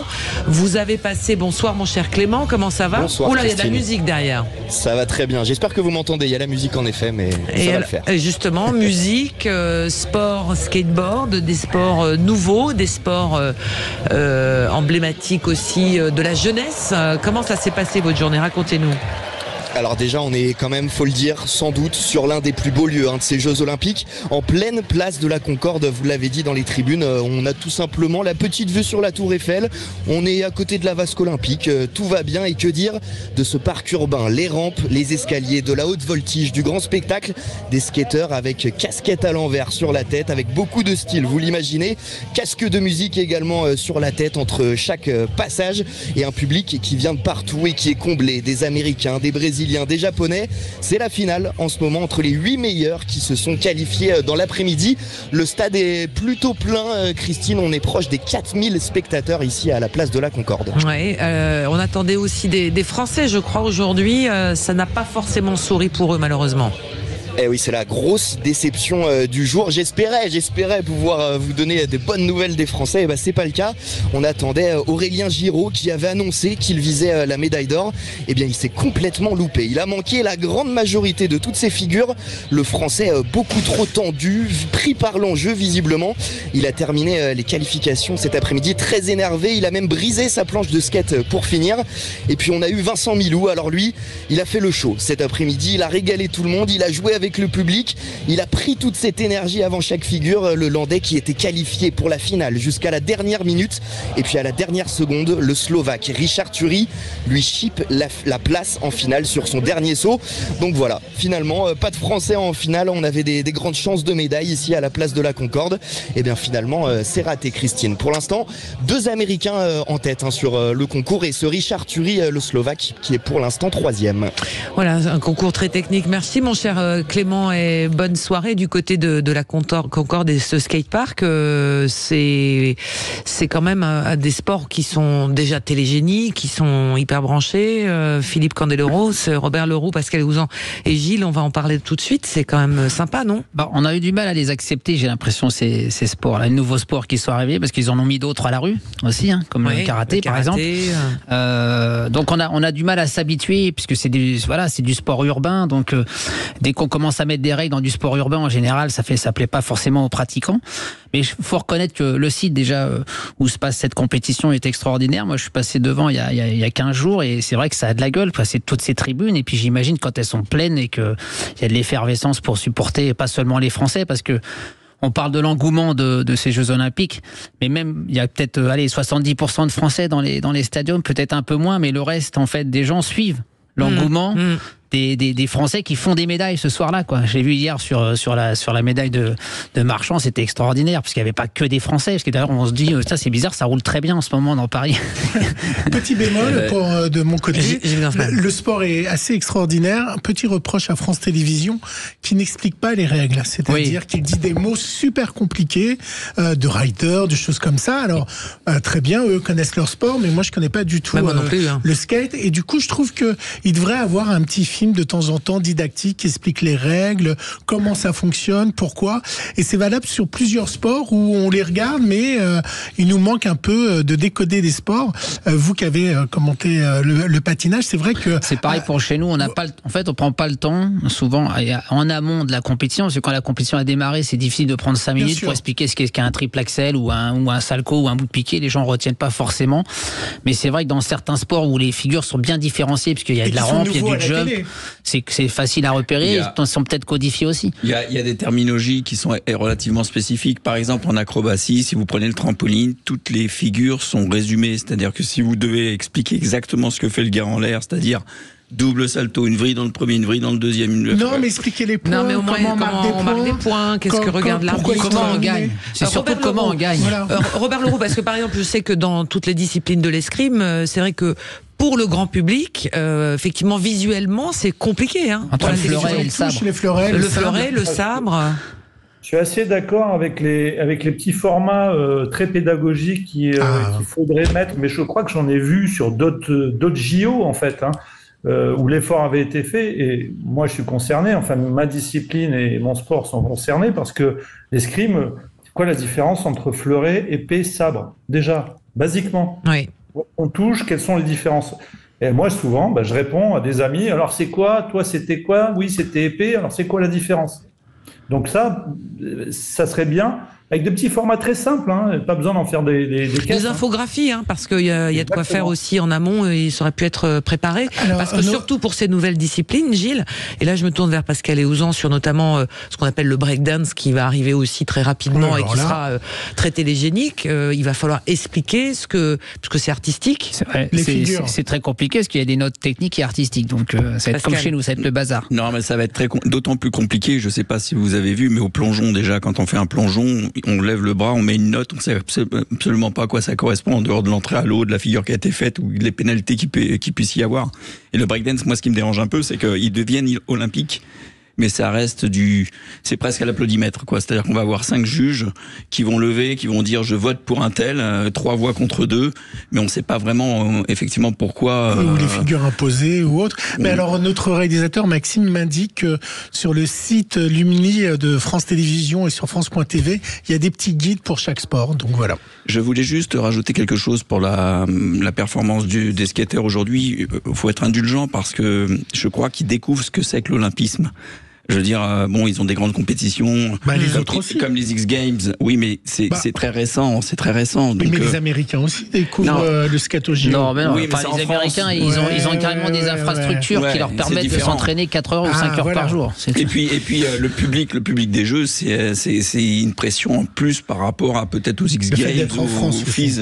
Ouais, c'est en France. D'avoir la famille et tout ça. On va envoyer un petit message à France Télévisions s'ils peuvent corriger le tir. Alors, vous m'avez écouté parce que vous étiez en train de parler, mais Lumni et sur FranceTV.fr, ce que me disait Maxime, vous pouvez retrouver un guide de tous les sports si vous allez les chercher. Mais il devrait mettre des extraits à l'antenne. Allez, on s'arrête juste un instant et on se retrouve rapidement pour continuer notre discussion avec nos vraies voix des JO ce soir. Philippe Candeloro, Robert Leroux, Pascal Héouzan. On va parler bien sûr des coulisses, un petit peu leur coup de cœur et leur coup de gueule, et ensuite ce débat sur y a-t-il réellement une folie des JO qui a démarré, ou est-ce que c'est pas encore tout à fait le cas, et si oui, est-ce que vous êtes surpris? Vous pouvez même nous appeler 0826 300 300. À tout de suite. Les vraies voix Sud Radio, 17h, 19h, Christine Bouillot. Avec les vraies voix des JO, ce soir, autour de la table, les vraies voix du collectif des championnes et des champions français. Philippe Candeloro, Robert Leroux, Pascal Héouzan. Nous accompagne aussi Gilles Gansman, journaliste média à Sud Radio. Antoine Mazer, c'est l'heure du côté pile et côté face de ces JO. Par quoi commencez-vous? On va parler de triathlon, forcément. On en parle depuis des semaines. Et parce que c'est demain l'épreuve de triathlon. Il y a une petite mauvaise nouvelle, c'est que le second entraînement du triathlon des JO a été annulé en raison de la pollution dans la Seine. La première épreuve de triathlon, donc on le disait, ça doit se tenir demain. Le second entraînement dans la Seine, prévu aujourd'hui, ce matin, a également été annulé en raison de la pollution de l'eau. Malgré tout, les organisateurs demeurent confiants. Dès l'été dernier, on se rappelle que Tony Estanguet assurait qu'il n'y a pas de solution de déplacement de l'épreuve et que le triathlon aura bien lieu dans la Seine. S'il n'a pas lieu demain, il sera reporté alors à jeudi. Si les épreuves doivent être reportées de jour en jour et que la situation perdure, une dernière solution pourrait être imposée aux organisateurs: l'annulation de la partie natation du triathlon. Le règlement prévoit que l'on peut passer en duathlon avec seulement la course et le vélo, avait rappelé. C'est n'importe quoi. Ah oui, ça ressemble à rien. Ça s'appelle plus triathlon. Mais ils se sont déjà baignés dans une Seine polluée. Il y a eu des triathlons qui n'étaient pas olympiques, qui n'étaient pas. Mais bien sûr que si. Oui, mais c'est avec l'eau qui est tombée. Mais là, il va faire très beau. Bah si, il a plu samedi. Oui, c'est vrai. Anne Hidalgo est toujours vivante, rassurez-moi. Attendez, pas tous en même temps. Pascal. Non, mais moi, ce qui me dérange à fond là-dedans, c'est l'athlète, quoi. Vous imaginez que le mec, il doit faire une compète demain. On lui dit non, ça sera peut-être pas ça, ça sera pas si, peut-être que tu vas faire que 2 épreuves et tout, mais il peut pas s'entraîner aussi. C'est incroyable, c'est incroyable. Pas s'entraîner dans le site dans lequel il doit concourir, parce que nous, des fois, on n'avait pas accès à la patinoire de compétition 2 jours avant la compète, c'était difficile, parce que tu arrivais sur une glace que tu n'avais pratiquement pas de repérer. Donc là, j'imagine que pour le triathlon, c'est exactement pareil. Pourtant, Anne Hidalgo est pas décédée, rassurez-moi, parce que elle s'est baignée. Elle est dans les bassins, enfin, elle est dans les tribunes. L'eau, elle était moins polluée quand elle s'est baignée, peut-être. Oui, c'est pour ça qu'elle y allait. Ouais, sauf que... Entre-temps, il a beaucoup plu. Et Philippe, ils ont nagé 2 minutes dans la Seine, les autres, ils vont prendre la tasse pendant 1h30. D'où l'intérêt de faire, Robert Leroux, des sports en salle. On est tranquille. Sur l'histoire du duathlon, là, c'est affligeant, ça. Je veux dire, c'est pas le même sport. Qu'est-ce que c'est que cette histoire? Et qu'on balance ça en disant mais non, mais c'est pas grave, ça sera la solution ultime. Alors oui, c'est le plan B. Ultime alors, mais c'est catastrophique en fait. Moi, je croyais que vous alliez me dire qu'ils ont déplacé à Vers-sur-Marne pour la natation, et puis ensuite tu reviens faire le défi. Si on raisonne comme ça, s'il y avait eu trop de vent aujourd'hui, là, au kayak, on enlevait les poteaux, comme ça, il n'y a plus de problème. Je sais pas. Il est possible de délocaliser l'épreuve qui était dans la Seine de natation, notamment la natation de l'eau vive qui pourrait être déplacée à Vers-sur-Marne, mais bien sûr en triathlon comme il y a d'autres épreuves, elles ne peuvent pas être déplacées dans un autre endroit. Mais Absolument. Il n'y a que cette voilà. Donc c'est pour ça qu'il n'y a pas d'autres points. Affaire à suivre. On va sur donc la pollution de la Seine jour après jour. On parlait tout à l'heure de la chaleur et de la canicule. Île-de-France Mobilité, la RATP et Transilien SNCF Voyageurs notamment vont proposer des briques d'eau aux voyageurs pour le confort justement de ces voyageurs et des spectateurs attendus dans les transports pour se rendre notamment sur les sites olympiques. Plus de 2,5 millions de briques d'eau seront prévues pour les voyageurs et également plus de 94 stations de gares franciliennes seront équipées de fontaines à eau sur l'ensemble du réseau. Ouais. Et le site Atlantica des Américains, vous savez qu'ils ont un site particulier. Oui, c'était l'invité de ce matin sur Sud Radio. Exactement, sur Sud Radio. Ils indiquaient sur Sud Radio qu'ils avaient commandé 1,5 tonne de glaçons. Sous les Américains. Alors, ouais. Ils peuvent pas vivre sans glaçons, eux. Donc, ils ont commandé, c'était ce matin avec l'émission avec Thierry Guerrier, où ils ont expliqué ça. Alors, les Américains. 2 millions de briques d'eau plus 1,5 tonne de glaçons dans la Seine, alors, ça adoucit pas l'eau. Pourquoi tous ces glaçons, Robert Leroux? Parce qu'en fait, ils se font des bains de glace. Oui, exactement, ils expliquaient ça, pour la rérécration. C'est formidable. C'est pas nouveau. Atlanta, déjà, nous, on était au village à côté d'eux. En fait, ils avaient des bacs et ils se plongeaient dedans pour la récup. Ouais. Il faut les stocker, les glaçons, quelque part. Oui, alors je ne travaillais pas chez Atlantica. Vous savez pas. Les glaçons sont stockés à la patinoire de Franconville, juste à côté, donc il n'y a pas de problème. Voilà. Non, mais j'ai visité ce site Atlantica, il est fabuleux, effectivement. C'est impressionnant. Ah ouais, en fait, c'est presque, je trouve ça plus convivial et presque mieux que l'INSEP. Mais il y a toutes les infrastructures sportives et puis en plus de récupération qui ont été élaborées.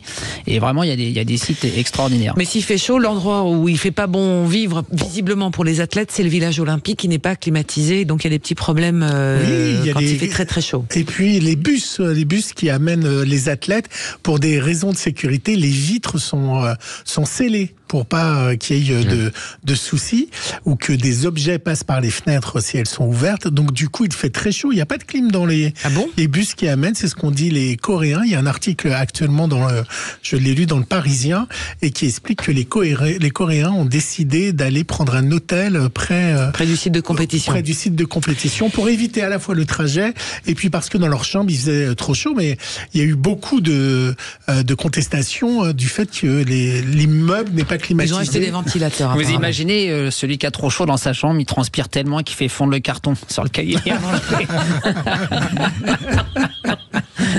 Donc, voilà, ça c'est dit. Une dernière petite info que vous avez glanée. Moins joyeux, c'est la DJ française Barbara Butch qui a participé à la cérémonie d'ouverture des JO de Paris vendredi. On se rappelle, elle a annoncé aujourd'hui. À la place de Jésus-Christ. Exactement. Elle a annoncé aujourd'hui déposer plainte pour cyberharcèlement. Pour rappel, elle était placée, donc on le disait, avec ses platines au centre de la passerelle de Billy. L'artiste de 43 ans était accompagné notamment des drag queens françaises Nicky Doll, Paloma et Piche, ainsi que du danseur étoile Germain Louvet. Sur Instagram, son avocate dénonce qu'elle est menacée de mort, de torture, de viol, et également visée par de nombreuses injures à caractère antisémite, homophobe, sexiste et grossophobe. Pourquoi c'était pas la...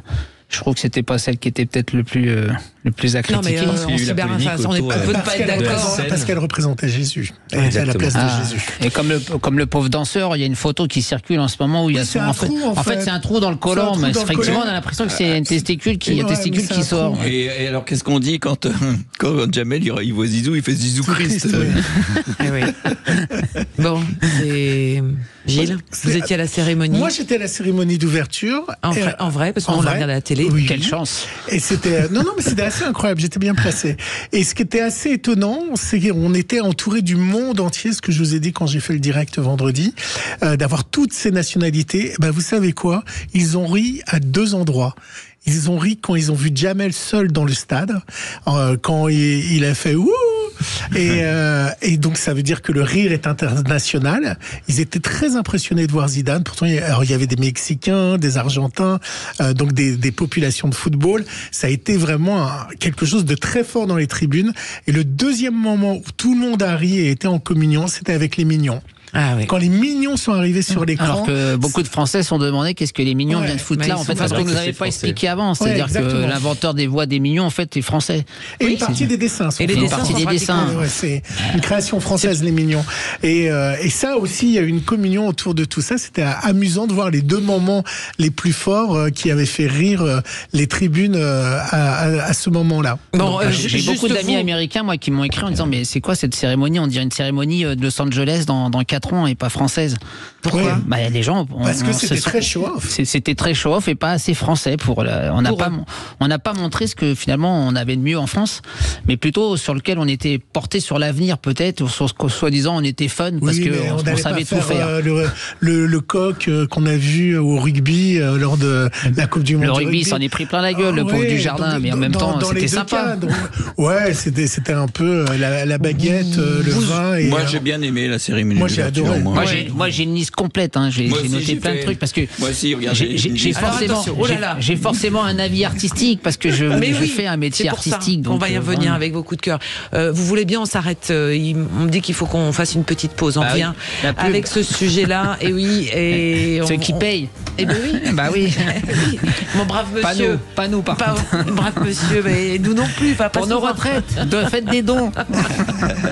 Allez, on est avec Philippe Candeloro, Pascal Eouzan, avec Robert Leroux, Gilles Gansman, Antoine Mazère. On est ensemble jusqu'à 19h. À tout de suite. Vraie Voix Sud Radio, les vraies voix des JO avec les membres du collectif des championnes et champions français. Philippe Candeloro, Robert Leroux, Pascal Eouzan, Gilles Gansman et Antoine Mazère. Messieurs, c'est l'heure de vos coups de cœur et de vos coups de gueule. Alors, on a déjà un peu abordé les choses. On va essayer de répartir la parole pendant cette prochaine... Impossible. Je prends tout pour moi. Donc, vos coups de cœur et vos coups de gueule. Alors, on va commencer avec Gilles Gansman. Moi, avec un coup de gueule. Ouais, j'ai un coup de gueule contre un judoka algérien qui a eu une petite astuce pour se faire retirer du tableau parce qu'il se trouvait confronté à un judoka israélien. Et donc, pour éviter de concourir, il a pris 400 grammes et à la pesée, comme il était beaucoup plus lourd, il est passé dans une autre catégorie. Et donc, ça a été annulé. L'Algérien s'appelle Messaoud Redouane Driss. Alors, il faut savoir que aux Jeux Olympiques de Tokyo, un autre Algérien, Fethi Nourine, avait déclaré forfait car il devait affronter ce même adversaire israélien. Je trouve que la politique devrait pas se mêler de ça. Après, il y a des juges et il y a des arbitres. Et donc, mon coup de gueule, c'est utiliser une astuce pour ne pas dire qu'on ne veut pas être face à la lui. bouffe était bonne, il a pris une double ration et voilà, il n'a pas fait gaffe au point. Peut-être c'était ça. Bon, par contre, il va se faire éclater à la catégorie d'au-dessus. Bah oui, parce que c'est... Non, parce qu'il n'est pas inscrit. Sa participation est annulée. Il a été annulé parce qu'il était à la pesée trop gros et donc à ce moment-là... Et en plus, il ne pense pas à celui qui l'a empêché de faire les jeux à sa place, du coup. Oui, c'est un peu égoïste. Philippe Candeloro, qui est venu avec une feuille longue comme... Ouais, alors je vais essayer de synthétiser si vous voulez bien. Coup de cœur ou coup de gueule, mon cher Philippe? Non, en fait, c'est sur la cérémonie, surtout la cérémonie d'ouverture. Alors, donc globalement, on a une belle cérémonie. Je dirais heureusement, on a Céline Dion à la fin qui casse la baraque et qui fait chialer tout le monde, donc c'est génial. Le cheval mécanique sur l'eau, fabuleux. Moi, peut-être le seul bémol que, alors artistiquement parlant, j'ai trouvé qu'il y avait plein d'erreurs, même techniques et de transition visuelle. Mais ça, c'est la télé. C'est les deux pour moi. Parce que visuellement, vous avez la barque qui débarque avec les rames et les enfants dans la barque, et même pas la coupure se fait, on les voit arriver avec un bateau à moteur. La réalisation, et les enfants sont plus là à un moment donné, on comprend pas. En fait, il y a un fil conducteur qui a été un peu bouffé par moment, et ça. Un peu brouillon. Mais en même temps, pour leur défense, c'est qu'ils n'ont jamais pu répéter en live. Non. De bout en bout. Ils ont fait des petits bouts. Plus la pluie qui est arrivée à travers tout ça. Moi, j'ai pas compris l'arrivée des 2 joueurs de tennis quand Zidane revient. Déjà, on le quitte quand il est coincé dans le métro et il arrive comme ça au milieu de nulle part. Moi, j'aurais refait des portes de métro, par exemple, comme si le métro était arrivé au Trocadéro pour qu'on dise ça y est, le métro s'est débloqué. J'aurais vu Zidane finalement filer la flamme à Mbappé, par exemple, parce que c'est la transition entre 2 grands joueurs de football et ils sont aussi connus l'un que l'autre et c'est français. Alors je me dis où est passé Yannick Noah aussi, par exemple, plutôt que de mettre des joueurs ou des Je vais rien dire sur Carl Lewis et Comaneci, parce que ce sont deux idoles que j'ai adorées dans le sport et qui m'ont donné envie de faire du sport aussi. Mais c'est vrai que le côté Frenchy m'a manqué un petit peu dans ce Mylène Farmer. Pourquoi Mylène Farmer est pas là, par exemple? Vous l'avez eu dans les chansons. Vous avez eu dans la bande sonore, il y avait beaucoup de titres français de Michel Berger. Elle aurait pu chanter Je suis libertine sur justement les drag queens, j'en sais rien moi. C'est un truc un peu plus. Parce que Lady Gaga, bon, c'est sympa, elle est connue internationalement, mais on a aussi des grands chanteurs qui sont connus. Jean-Jacques Goldman, il est où? Maître Gims, il est où? Il n'est pas là. Et pourtant, ce sont des grandes voix qui résonnent à l'international. Et ce sont des Français. Voilà. Moi, j'ai juste un peu cette petite problématique-là. De touche Frenchy dans le. On a assez de vedettes. On a assez de vedettes. On a assez de grands sportifs. Beaucoup, d'ailleurs, m'ont écrit. Alors, ça, on va dire. Allez, Candeloro, il a un melon comme ça. Mais beaucoup m'ont écrit en disant, mais c'est toi, le guide masqué? Assassin's Creed. Oui, Assassin's Creed. Ça aurait pu être très, très sympa d'ailleurs, effectivement, qu'à la fin, en fait, on découvre qui c'était. Oui, je me serais bien vu dans ce rôle, parce que même Jean-Claude Killy m'a écrit ce soir-là. Il me dit, c'est toi sous le masque du vengeur masqué. Elle était pas capable de sauter d'un truc de 4 mètres de haut comme ça, toi. 4 mètres, peut-être pas, mais 1m50. Il y a des effets spéciaux. Et puis de toute façon, il y avait 9 personnes qui ont fait tout le film, tout le déroulé. Donc j'aurais pu être même monté à cheval. Si tu veux. Mais enfin voilà, sinon la cérémonie, oui, et c'est ce petit lien et ce fil conducteur qui a été un petit peu amoché pour moi et qui, voilà, artistiquement parlant. Je lisais ou j'ai entendu Thomas Joly et le producteur dire qu'il y avait eu effectivement des difficultés en termes de réalisation à cause de la pluie, difficultés techniques avec les caméras qui n'ont pas fonctionné. Il y a plusieurs choses. Déjà, c'était pas une réalisation française. Non. Il y a beaucoup de réalisateurs français qui ont râlé parce qu'ils auraient aimé que ça soit un Français qui réalise. C'était un Anglais, puisque France Télévisions n'est que diffuseur depuis les Jeux de Tokyo. Jusqu'ici, c'était Donc on peut critiquer, c'est bien. Oui, jusqu'ici, c'était le pays organisateur qui était aussi eux qui faisaient la retransmission technique. Et depuis les Jeux de Tokyo, le COJO a décidé que c'était eux-mêmes et leurs moyens de production. Et donc là, c'était un réalisateur anglais qui avait d'ailleurs filmé les cérémonies concernant Elisabeth II. Vous savez, à la fois son jubilé et à la fois son enterrement. Il y a beaucoup de caméras qui sont tombées en panne parce que tout était en mouvement. Donc il y a eu beaucoup de pannes à cause de la pluie. Il y a beaucoup de séquences qui ont été supprimées. Par exemple, pour revenir sur la séquence qui a fait un peu de bruit des drag queens, en fait, elle devait être très courte, cette séquence. Il devait avoir le défilé et puis on passait à autre chose, on passait à du BMX. En fait, les BMX arrivaient sur la table. Sur des barges. Et sur des barges. Ils n'ont pas pu le faire à cause de la pluie, trop dangereux. Les BMX. Et donc, du coup, ils ont demandé de rallonger la séquence parce qu'il y avait la musique qui était déjà produite. Oui. Et donc, ils ont rallongé cette séquence Queen. On a eu l'impression que ça faisait 20 minutes ou 15 minutes. Mais parce qu'il manquait des séquences, il devait y avoir d'autres danseurs. Ils ont supprimé pas mal de choses. Sur les caméras, alors là, c'était crispant, quoi. Alors, il y a eu aussi. Après, il existe des caméras adaptées. Des chiffons. Non, logiquement, vous nettoyez ça, votre caméra. Mais là, ce qui s'est passé, c'est que certaines caméras, c'était des drones. Il fallait avoir le temps de faire revenir le drone, qui, avec ses petites mains, ne peut pas nettoyer son objectif. Donc, il fallait faire revenir le drone. C'est ce qui s'est passé, entre autres, sur la chanson de Julie Armanet. C'était un drone qui tournait. Donc, ils ont été obligés de faire revenir le drone, le nettoyer. Il faut qu'il puisse repartir. Et en effet, il n'y a pas eu de répétition pour la réalisation. On met des essuie-glaces sur les drones. Voilà. Pascal. Alors, moi, je vais, comme Philippe a abordé des choses pour lesquelles je suis à peu près d'accord sur certaines choses. Moi, j'ai quand même relativement vraiment apprécié cette cérémonie d'ouverture. J'ai été un peu, j'ai même apprécié le discours de Tony Estanguet. J'ai trouvé qu'il avait été très très bon parce que c'est pas facile de prendre la parole comme ça devant 1,5 milliard de personnes.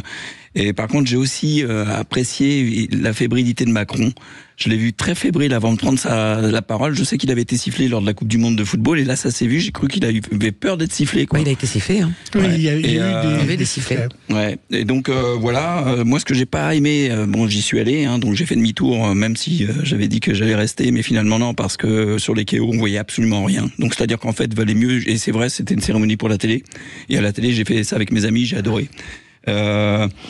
Sur le truc de Carl Lewis, bon, moi, je pense qu'il y a des sportifs de renom tels que Killy, tu vois, à un moment donné, il y a une référence au Petit Prince. Moi, j'aurais bien vu Patrice Martin avec la flamme tirée par le bateau. Voilà, ça faisait un petit clin d'œil du Petit Prince. Et il a toute sa part. Enfin, ça n'a choqué personne. Sinon, moi, globalement, j'ai kiffé. J'ai vraiment kiffé. Robert, moi j'ai adoré, pardon, j'ai pris un dernier mot, j'ai adoré aussi la séquence où il y a tous les médailles olympiques qui se passent la flamme, avec la montée de la flamme. Oui, et puis avec quand il s'approche de Coste là sur le fauteuil. Moi d'ailleurs j'ai cru que ça allait être Coste qui allait aller allumer. Ils auraient pu être 3. Ils auraient pu être 3 effectivement. Et puis après Marie-Jo et Teddy. Alors petite remarque, je me demande et j'arrive pas à trouver l'info. Je crois que c'est la première fois qu'un athlète participant au jeu allume la vasque d'une Olympiade. Exact. Ah non, peut-être pas, parce qu'il y a eu les Jeux à Sydney, Robert Leroux, je fais appel à votre mémoire aussi, où c'était Cathy Freeman, et je crois peut-être. Je crois qu'elle était aussi compétitrice à ce moment-là. Petit coup de cœur, petit coup de gueule, mais un mot aussi pour vous, Robert Leroux, de cette cérémonie en tant qu'athlète, vous l'avez trouvé wow. Alors moi, je reviens, j'ai adoré le premier temps et le dernier temps, il y a eu des longueurs au milieu, des choses que je partage pas, mais globalement, j'étais surpris très positivement. Je reviens sur le discours de Tony, il y a quelque chose qui est intéressant, c'est qu'en fait, il a parlé athlète au départ. Il n'a pas commencé par la litanie des mesdames et messieurs, les dignitaires, etc. Il a commencé athlète. Il a remercié tout ce beau monde à la fin. Donc ça, quand on lit entre les lignes, c'est pas anodin. Après, mon coup de gueule, c'est quand même, on est à J+3 là. Basta la cérémonie d'ouverture. Là, c'est des épreuves, quoi. Là, c'est des sportifs. C'est parti. Ça y est. Et puis, on a tous un avis. On n'arrivera pas à contenter tout le monde. Alors oui, on peut mettre celui-là. Oui, moi aussi, j'ai un avis. J'aurais bien aimé qu'il y ait un nageur sur le bateau avec tous les athlètes internationaux, Carl Lewis, Comaneci, etc. Il manque un nageur, deuxième discipline. Il y a Michael Phelps, hein. Bon, il était sous le bateau. Il y a eu Michael Phelps, non, mais il y a eu Michael Phelps qui portait la valise.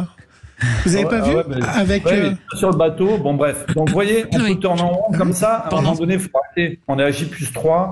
Il y a déjà trois jours de compétition et ça continue. Il y a encore des médailles d'or, d'argent, de bronze, des compétiteurs, des choses merveilleuses. Allez, on passe à autre chose. On va vous trouver une polémique. On va trouver qu'on gagne pas assez de. J'ai vu ça sur Twitter hier, où la polémique commençait à monter en disant on n'est pas capable de gagner des médailles d'or, on gagne que de l'argent et du bronze. Non mais venez faire le boulot, on en reparle après. Qui viennent Twitter. Non, mais c'est parce que comme le classement se fait avec les médailles d'or, il commençait à avoir un petit peu cette musique. Donc faites confiance aux Français pour trouver d'autres polémiques. Voilà, justement, on peut leur dire parce que là actuellement on est 3e au classement des médailles. On est 3e au classement des médailles. Alors on va s'arrêter juste un tout petit instant, me dit-on. Mais Gilles, c'est un carton d'audience, ça va faire un petit coup de projecteur. On va parler de ça parce que malgré tout ce qu'on peut dire, on nous prédisait le pire, que ça allait pas marcher, que Paris allait être un enfer, que les transports n'allaient pas fonctionner, que les sites n'allaient pas être prêts. C'est génial. Il y a une ambiance à Paris extraordinaire. Ceux et celles qui ne sont pas à Paris, je peux vous assurer que c'est un moment absolument incroyable et que c'est à vivre une fois dans sa vie. Dans le stade. Et y compris dans le stade, mais y compris même dans les transports. Ouais. Moi, je fais une spéciale dédicace à tous ces bénévoles qui sont partout dans Paris pour accompagner le public, les spectateurs. Et les étrangers sont super heureux. Vous allez dans les cafés à Paris. Et aussi tout le personnel à qui on a dit que c'était pas normal, que de la RATP qui sont aussi très nombreux pour aiguiller les gens et personne se perd et ça roule tout seul. Voilà. Mais bon, voilà, c'est aussi une des questions. On s'arrête, on va en venir à ce sujet, cette folie, cette JO-mania. Est-ce que vous êtes surpris ou pas? Eh bien, vous nous le dites tout de suite sur Sud Radio. Sud Radio. Sud Radio. Parlons vrai. Parlons vrai. Sud Radio. Parlons vrai. Les vraies voix Sud Radio, 17h, 19h, Christine Bouillot. Et en compagnie des vraies voix des JO jusqu'à 19h, membres du collectif des championnes et des champions français, Philippe Candeloro, Robert Leroux, Pascal Ouzan, Gilles Gansman est avec nous, Antoine Mazer. On le disait, des stades pleins, des supporters du monde entier, des audiences TV records. L'heure n'est pas encore au bilan, mais on nous disait le pire, ça allait mal se passer. Ben pas du tout. Et est-ce que vous êtes surpris par l'engouement pour les Jeux Olympiques qui se sont déclenchés dès la fin de la cérémonie d'ouverture? Gilles, petit focus sur les audiences télé. Les audiences sont incroyables. Ils font en moyenne plus de 60% de part de marché pour le service public. Pour France Télévisions, la nuit, le surf cartonne également. Hier, il y avait plus de 7 millions de personnes pour suivre la victoire de Léon Marchand avec une pointe culminant à 8 millions pour une chaîne. Pour vous dire, à titre indicatif, il faisait plus de 60% de part de marché à côté M6 2006 faisait 5% de part de marché. Ce qui est assez étonnant, c'est la part de marché sur la ménagère, c'est-à-dire les femmes qui regardent le sport. C'est également un carton à ce niveau-là sur tous les sports. Et les après-midi de France Télévisions écrasent évidemment la concurrence. Ils font des audiences entre 3 et 4 millions, ce qui est à peu près des audiences de prime time. Donc c'est un vrai succès audiovisuel. Ça a payé le fait de diffuser le sport comme ça en continu sur France Télévisions. Il faut savoir également qu'on n'a pas les scores d'Eurosport. Eurosport également diffuse sur 6 chaînes les sports. Donc il faudra rajouter Eurosport. C'est la dégringolade. Vous savez pour qui ? Pas simplement pour TF1, comme j'en ai parlé au début de l'émission, mais pour les chaînes info. Les gens ne regardent plus l'info. C'est-à-dire qu'il y a eu une telle période avec évidemment toute la politique et tout ce qui s'est passé. Ça a été balayé par les JO. Alors on verra à la rentrée si on dit à Macron, vous avez utilisé les JO pour... ça viendra assez vite. Oui, pour il y a quelques chaînes qui font de l'info, mais on parle plus de politique. On parle plus de politique. On essaye de parler les audiences des chaînes info sont incroyables. Mais par exemple, je prends le handball, les handballeuses françaises face aux Pays-Bas, ça fait plus de 3 millions de téléspectateurs. C'est un vrai carton, d'audience. Pour vous dire, le film en face, ça fait 2,36 millions sur TF1. Moi, ce que je trouve royal, sans jeu de mots, c'est que M. Macron voulait la trêve politique et que finalement le sport s'est imposé par lui-même et c'est les Français qui ont choisi ce qu'ils voulaient regarder à la télé. Et ouais, c'est génial. Et puis parce qu'il y a aussi, il faut savoir pourquoi les audiences sont vraiment beaucoup plus fortes que la Coupe du Monde de rugby. Pourquoi ? Mais parce que les Français brillent. C'est-à-dire que dès que les Français brillent, évidemment les gens... On est aussi en vacances. On est aussi en vacances. Et puis il y a beaucoup de télétravail, parce que beaucoup de gens de la région parisienne se sont mis en télétravail. Après, avec la multiplication des compétitions, je pense que la productivité va être un peu au ralenti. On fait un petit point médaille d'ailleurs, juste à l'instant avec vous, Antoine Mazère. Ouais. Nouvelle médaille quand même pour l'équipe de France. Alors ça ne sera pas la médaille d'or pour Johan Benjamin Gaba, mais ce sera une magnifique médaille d'argent. Il perd avec les honneurs au terme d'un combat titanesque en judo, moins de 73 kilos face au numéro 1 mondial. Il était 35e mondial, rendez-vous compte du parcours. Il n'était même pas prévu pour faire les Jeux Olympiques de Paris 2024. Il était plus prévu pour les Jeux Olympiques de Los Angeles. Et au terme d'un parcours héroïque, le jeune Français de 23 ans ramène une nouvelle médaille à l'équipe de France. Et surtout, l'équipe de France, c'est toujours 4e du classement des médailles avec 14 médailles déjà en 3 jours. Alors, nous sommes 3e nation au classement. Bravo. La France. C'est un exploit quand même. Alors, on est 3e au classement des médailles actuellement. La Chine est repassée devant. Moi, j'ai la Chine qui est repassée devant avec une 5e médaille d'or il y a quelques minutes. Mais on est 3e au classement des médailles. Ah, en termes de médailles pures. En médaille pure. Bien sûr, et en termes de médailles d'or, en termes de classement médailles d'or, bien sûr. On attend encore d'autres médailles dans la soirée ? Bien sûr. Notamment en escrime, où on a 2 chances de médaille avec 2 Françaises qui sont qualifiées en demi-finale. Donc forcément. Ah oui, c'est 2 matchs différents. Et natation. Également. Et natation, bien sûr. C'est pas fini du tout. Alors, mes chers Vrévois, est-ce que vous êtes surpris ? Alors déjà. Pas du tout. Pas du tout, Philippe Candeloro. Absolument pas. Moi, j'ai toujours dit de toute façon que la fête, elle serait belle. Ce qui me fait plus peur, c'est l'héritage des Jeux derrière. Est-ce qu'on va être prêt à pouvoir vraiment lancer une machine de guerre pour la pratique du sport, mais surtout l'intérêt des sportifs sur l'aspect social, financier, fiscal, médical ? Tout ça, tout ce qui n'a jamais été fait. C'est pour ça d'ailleurs que le CCF existe et qu'aujourd'hui, nous, on s'est réunis. Pourquoi ? Parce qu'on nous a dit que les sportifs d'avant 2012, ils n'auraient aucun droit de retraite. Il faudrait qu'on rachète nos trimestres manquants. Alors que ceux d'après 2012, tous nos copains qui sont en train de faire de la compète aujourd'hui, eux vont pouvoir récupérer jusqu'entre 16 et 32 trimestres chacun. Mais ça prouve que quand on se donne les moyens, les sportifs français peuvent autant briller que d'autres. Mais regardez, ce qui est assez étonnant, c'est que les champions anglais ne sont pas là. Ça veut dire qu'ils ont eu des nombres de médailles incroyables à Londres, et là, on trouve presque pas d'anglais. Est-ce que on va maintenir ce haut niveau des Tout dépend de ce qu'on met en place derrière. Ce que vous dites, Philippe. Moi, j'ai toujours pensé que c'était faux quand on disait que la France n'est pas un pays de sport. C'est juste qu'on ne sait pas l'encadrer et on ne sait pas le porter au plus haut pour le valoriser et valoriser tous ceux qui font la grande joie de ce qu'on est en train de vivre en ce moment. C'est-à-dire que, voilà, moi je suis un Olympien, je suis un sportif et je peux vous dire que j'ai vraiment les boules de ne pas être accrédité, de ne pas avoir de place, de ne pas pouvoir vivre en live tous ces exploits parce que on a ça, je sais pas, c'est au fond de mes tripes. Alors je suis super content sur les exploits sportifs que je suis en train de vivre, mais en même temps j'ai une espèce d'amertume qui se crée en moi parce qu'en tant que médaillé olympique, ancien porte-drapeau, en fait, on n'est pas considéré. Et ça, pour moi, c'est pas logique.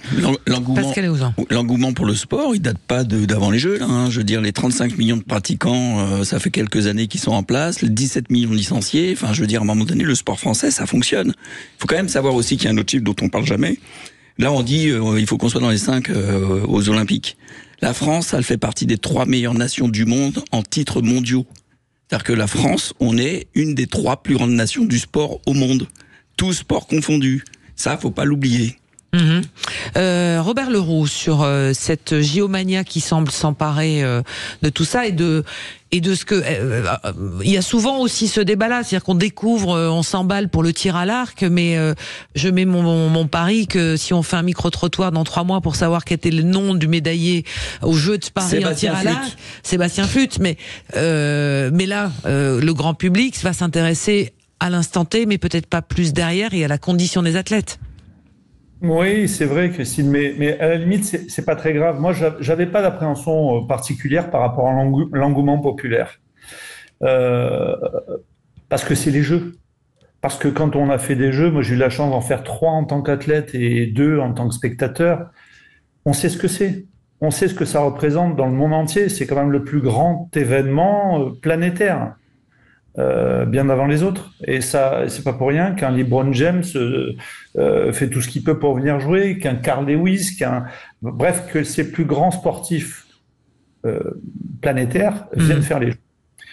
Là où je suis étonné et ému même, c'est l'engouement qu'il y a aujourd'hui sur les 3 premières journées. C'est juste prodigieux. D'ailleurs, il faut féliciter les Français qu'on fait. Je passe des moments où je passe des frissons à la larme à l'œil. Je vois des gens dans les tunnels chanter la Marseillaise. Il y a une ambiance de feu dans les stades. C'est prodigieux. Et j'en parle, j'ai des frissons là. Léon Marchand qui à chaque fois sort la tête de l'eau et ça fait Léon. Bah, le mec, c'est incroyable. Tout à l'heure, le bassin d'eau vive.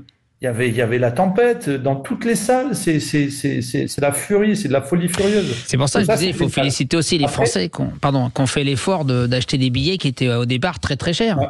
Les gens ont gueulé, les Français ont gueulé. On a été les premiers à gueuler. On dit on peut pas s'acheter des places à 900 € pour aller voir un truc. En plus, t'étais obligé, tu voulais de l'athlétisme, fallait que tu tapes de l'aviron ou un truc que t'avais pas forcément envie de voir. Puis après, ça a été un petit peu corrigé, mais c'est vrai qu'au départ, les Français ont un peu fui la billetterie. Mais après, ce qui est le plus important, ce qui est le plus important, c'est l'après. Alors c'est le maintenant, hein, d'ailleurs, parce que c'est maintenant que ça se passe, c'est la compète. Et après, on parle d'après. Ce qui est important, c'est de donner des étoiles dans les yeux des gosses, parce que c'est eux qui vont faire du sport derrière. Donc, peu importe qu'on se rappelle d'un tel qui faisait tel sport et quel était son nom, etc., on s'en fiche. Par contre, si on a donné envie à des gamins de faire tel ou tel sport, tout à l'heure on parlait de rugby à 7, mais peu importe le sport, là c'est gagné. Après, Christine, il faut des structures et il faut que ça suive. Et il faut que ça suive derrière. C'est aussi la grande question. Christine, il y a toujours eu des grands champions qui sont nés grâce aux Jeux Olympiques, que ça soit les Alain Calmat ou les Sœurs Guachel ou même Philippe Candeloro. C'est-à-dire qu'il y a aussi des gens qui savent communiquer, qui ont un aura différent et que dès qu'ils prennent l'antenne et les médias fonctionnent très bien. Et aujourd'hui, on a une génération qui sait très bien aller sur les réseaux sociaux, sur les médias. Donc je pense que certains sportifs, c'est vrai qu'on n'est plus dans la période de Teddy Riner ou autres, qui vont sur les réseaux sociaux et qui vont aussi avoir des fans. Léon Marchand n'est pas sur les réseaux sociaux plus que ça, donc c'est un cas particulier. Je rejoins ce que disait Robert, il a complètement raison, et c'est pour ça que souvent, si vous remarquez, les nouvelles stars du sport arrivaient 20 ans plus tard. Pourquoi ? Parce que ça donne des étoiles plein les yeux aux enfants qui ont entre 4 et 9 ans, et en fin de compte, à 28 ans, 25, ils deviennent champions parce qu'ils ont eu des étoiles plein les yeux 20 ans auparavant. C'est pour ça qu'il y avait un cycle. Aujourd'hui, si vous regardez, ce cycle, il est un peu désorienté à cause ou grâce aux réseaux sociaux, où justement tout est accéléré. Oui. déjà. Voilà. Pascal. Non, alors moi je voulais juste revenir sur mon petit coup de cœur parce que c'est ça que je trouve super beau dans le sport, c'est cette aventure sportive de Pauline Ferrand-Prévôt qui fait 4 Jeux Olympiques, qui a 15 titres mondiaux, elle a été 3 fois favorite des Jeux, à chaque fois elle a eu des petits soucis, sauf là, elle finit, c'est un truc extraordinaire, elle finit avec une avance de ouf. Je vois son émotion sur le podium, mais voilà, ça veut tout dire. Il n'y a même pas besoin de parler. C'est énorme. Oui, alors on parle nous des Français, mais j'ai eu la chance de voir une compétition où il n'y avait aucun Français et il y a le même engouement et le même plaisir partagé. Pourtant, la salle est composée essentiellement du public, donc il y a aussi toute l'organisation qui fait vivre ces jeux et vibrer ces jeux de manière puissante. Et ce qui est très touchant aussi, enfin touchant en tous les cas, qui est très surprenant, c'est que les gens se passionnent pour des sports qui ne sont pas les leurs. Que les fans de tennis de table aillent voir les épreuves de tennis de table, badminton, tout ça, ça paraît logique, mais beaucoup vont là où on ne les attend pas, et ça donne une espèce d'émulation. Est-ce que tous les JO que vous avez disputés, ça a toujours été ça? Moi en tout cas, j'ai pris des places pour le Grand Palais. Alors Bob, je l'adore, on était à l'INSEP ensemble, mais moi l'escrime, pour moi, c'est un truc de ouf, quoi. L'épée, je kiffe ça. Vous avez vu la mise en scène sur les épreuves d'escrime dans le Grand Palais? Alors j'ai demandé à Robert s'il aurait aimé faire ça. J'aurais adoré.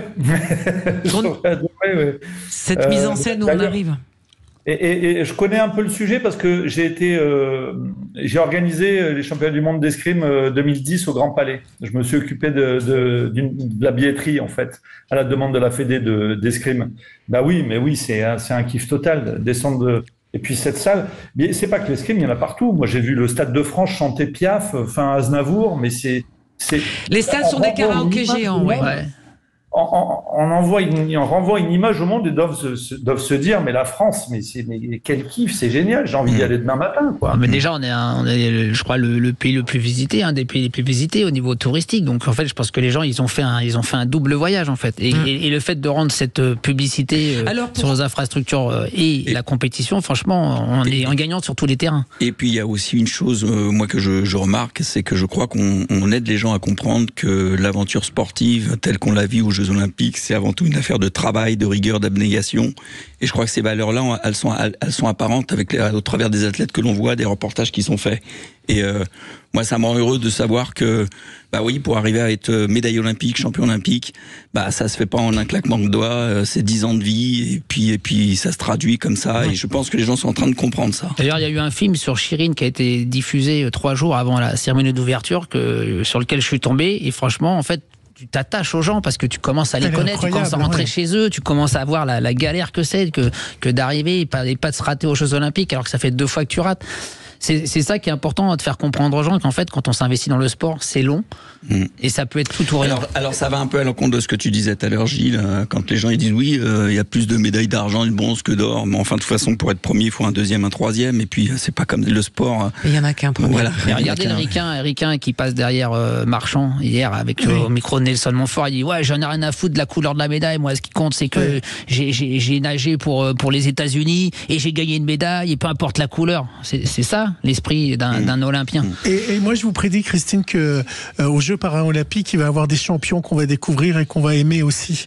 Je pense que le fait aussi d'avoir les Paralympiques diffusés comme ça sur France Télé, alors qu'avant c'était un peu caché, je pense qu'on va découvrir des histoires et des héros différents. Et pour rajouter un petit sur l'engouement et le coup de gueule, c'est qu'aussi toute l'année, c'est pas seulement aux Jeux qu'il faut parler de ces sports-là. Il n'y a pas que le foot, le tennis et ces sports pro qu'on voit tout le temps à la télé toujours avec les mêmes journalistes dans les mêmes émissions. Ces sports-là, ils existent depuis très longtemps, depuis 1900. Depuis la rénovation des Jeux. Bon, on est content. Dernier petit coup de gueule. C'est pas vraiment un coup de gueule, c'est une remarque télévisuelle. C'est-à-dire que je trouve invraisemblable sur les consultants que France Télévisions, ils en ont quand même recruté entre 60 et 90, de ce que j'ai compris. 135 et 60 pour les paras. Exactement. On les voit pas à l'antenne. Pratiquement pas. C'est vrai. On les entend, mais on ne sait pas. Parce qu'ils sont pas diffuseurs. Ils sont diffuseurs. Mais alors, ils n'ont pas des caméras puisqu'ils diffusent que les moments où ils sont avec les athlètes français. De temps en temps. On a Nelson. Une fois, on voit Nelson un peu en mix zone. Mais les consultants qui sont, on l'a vu à la natation avant-hier ou hier soir. Hier soir, ils ont diffusé. Je trouve ça invraisemblable qu'on puisse pas voir visuellement en fait nos consultants et puis les sportifs de niveau en plus, des anciens champions. Voilà, c'est pour ça. Je vais envoyer un message à on va continuer à parler de tout ça. Bon, messieurs, merci beaucoup. C'est déjà la fin. Oui, c'est déjà les 19h. Ça passe vite. Et oui, ça passe vite. Christine, on va se quitter. C'est dur. Peut-être demain, peut-être mercredi. Après-demain, je crois. Après-demain, vous revenez. Ouais. Robert Leroux. On va pas trop vous manquer. Salut Robert. Salut. Bonsoir. Merci beaucoup Pascal Eouzan, Gilles Gansman. À suivre ce soir Antoine Mazère au niveau des médailles. Surtout ce soir, il y a les filles du rugby à 7 qui jouent tout à l'heure face au Canada. Et c'est à 22h. 22h, il faudra suivre pour une qualification peut-être en demi-finale qu'on suivra sur Sud Radio, mais surtout demain à 8h, on attend de savoir si est-ce que il va y avoir l'épreuve de triathlon dans la Seine. Et puis Léon Marchand demain qui va faire deux épreuves. Léon Marchand va sélectionner en 40 minutes. Incroyable. Ce soir, il y a des scrims. Et les finales des scrims ce soir. Les deux sabres féminins. Exactement. Ça va tomber comme un gravelotte ces médailles, je vous le dis moi. On verra sur l'athlétisme. Vive les Jeux, vive les Jeux. Allez, merci. En tous les cas, on se retrouve demain pour les vraies voix des JO dès 17h. Tout de suite, c'est l'info sur Sud Radio. À tout de suite.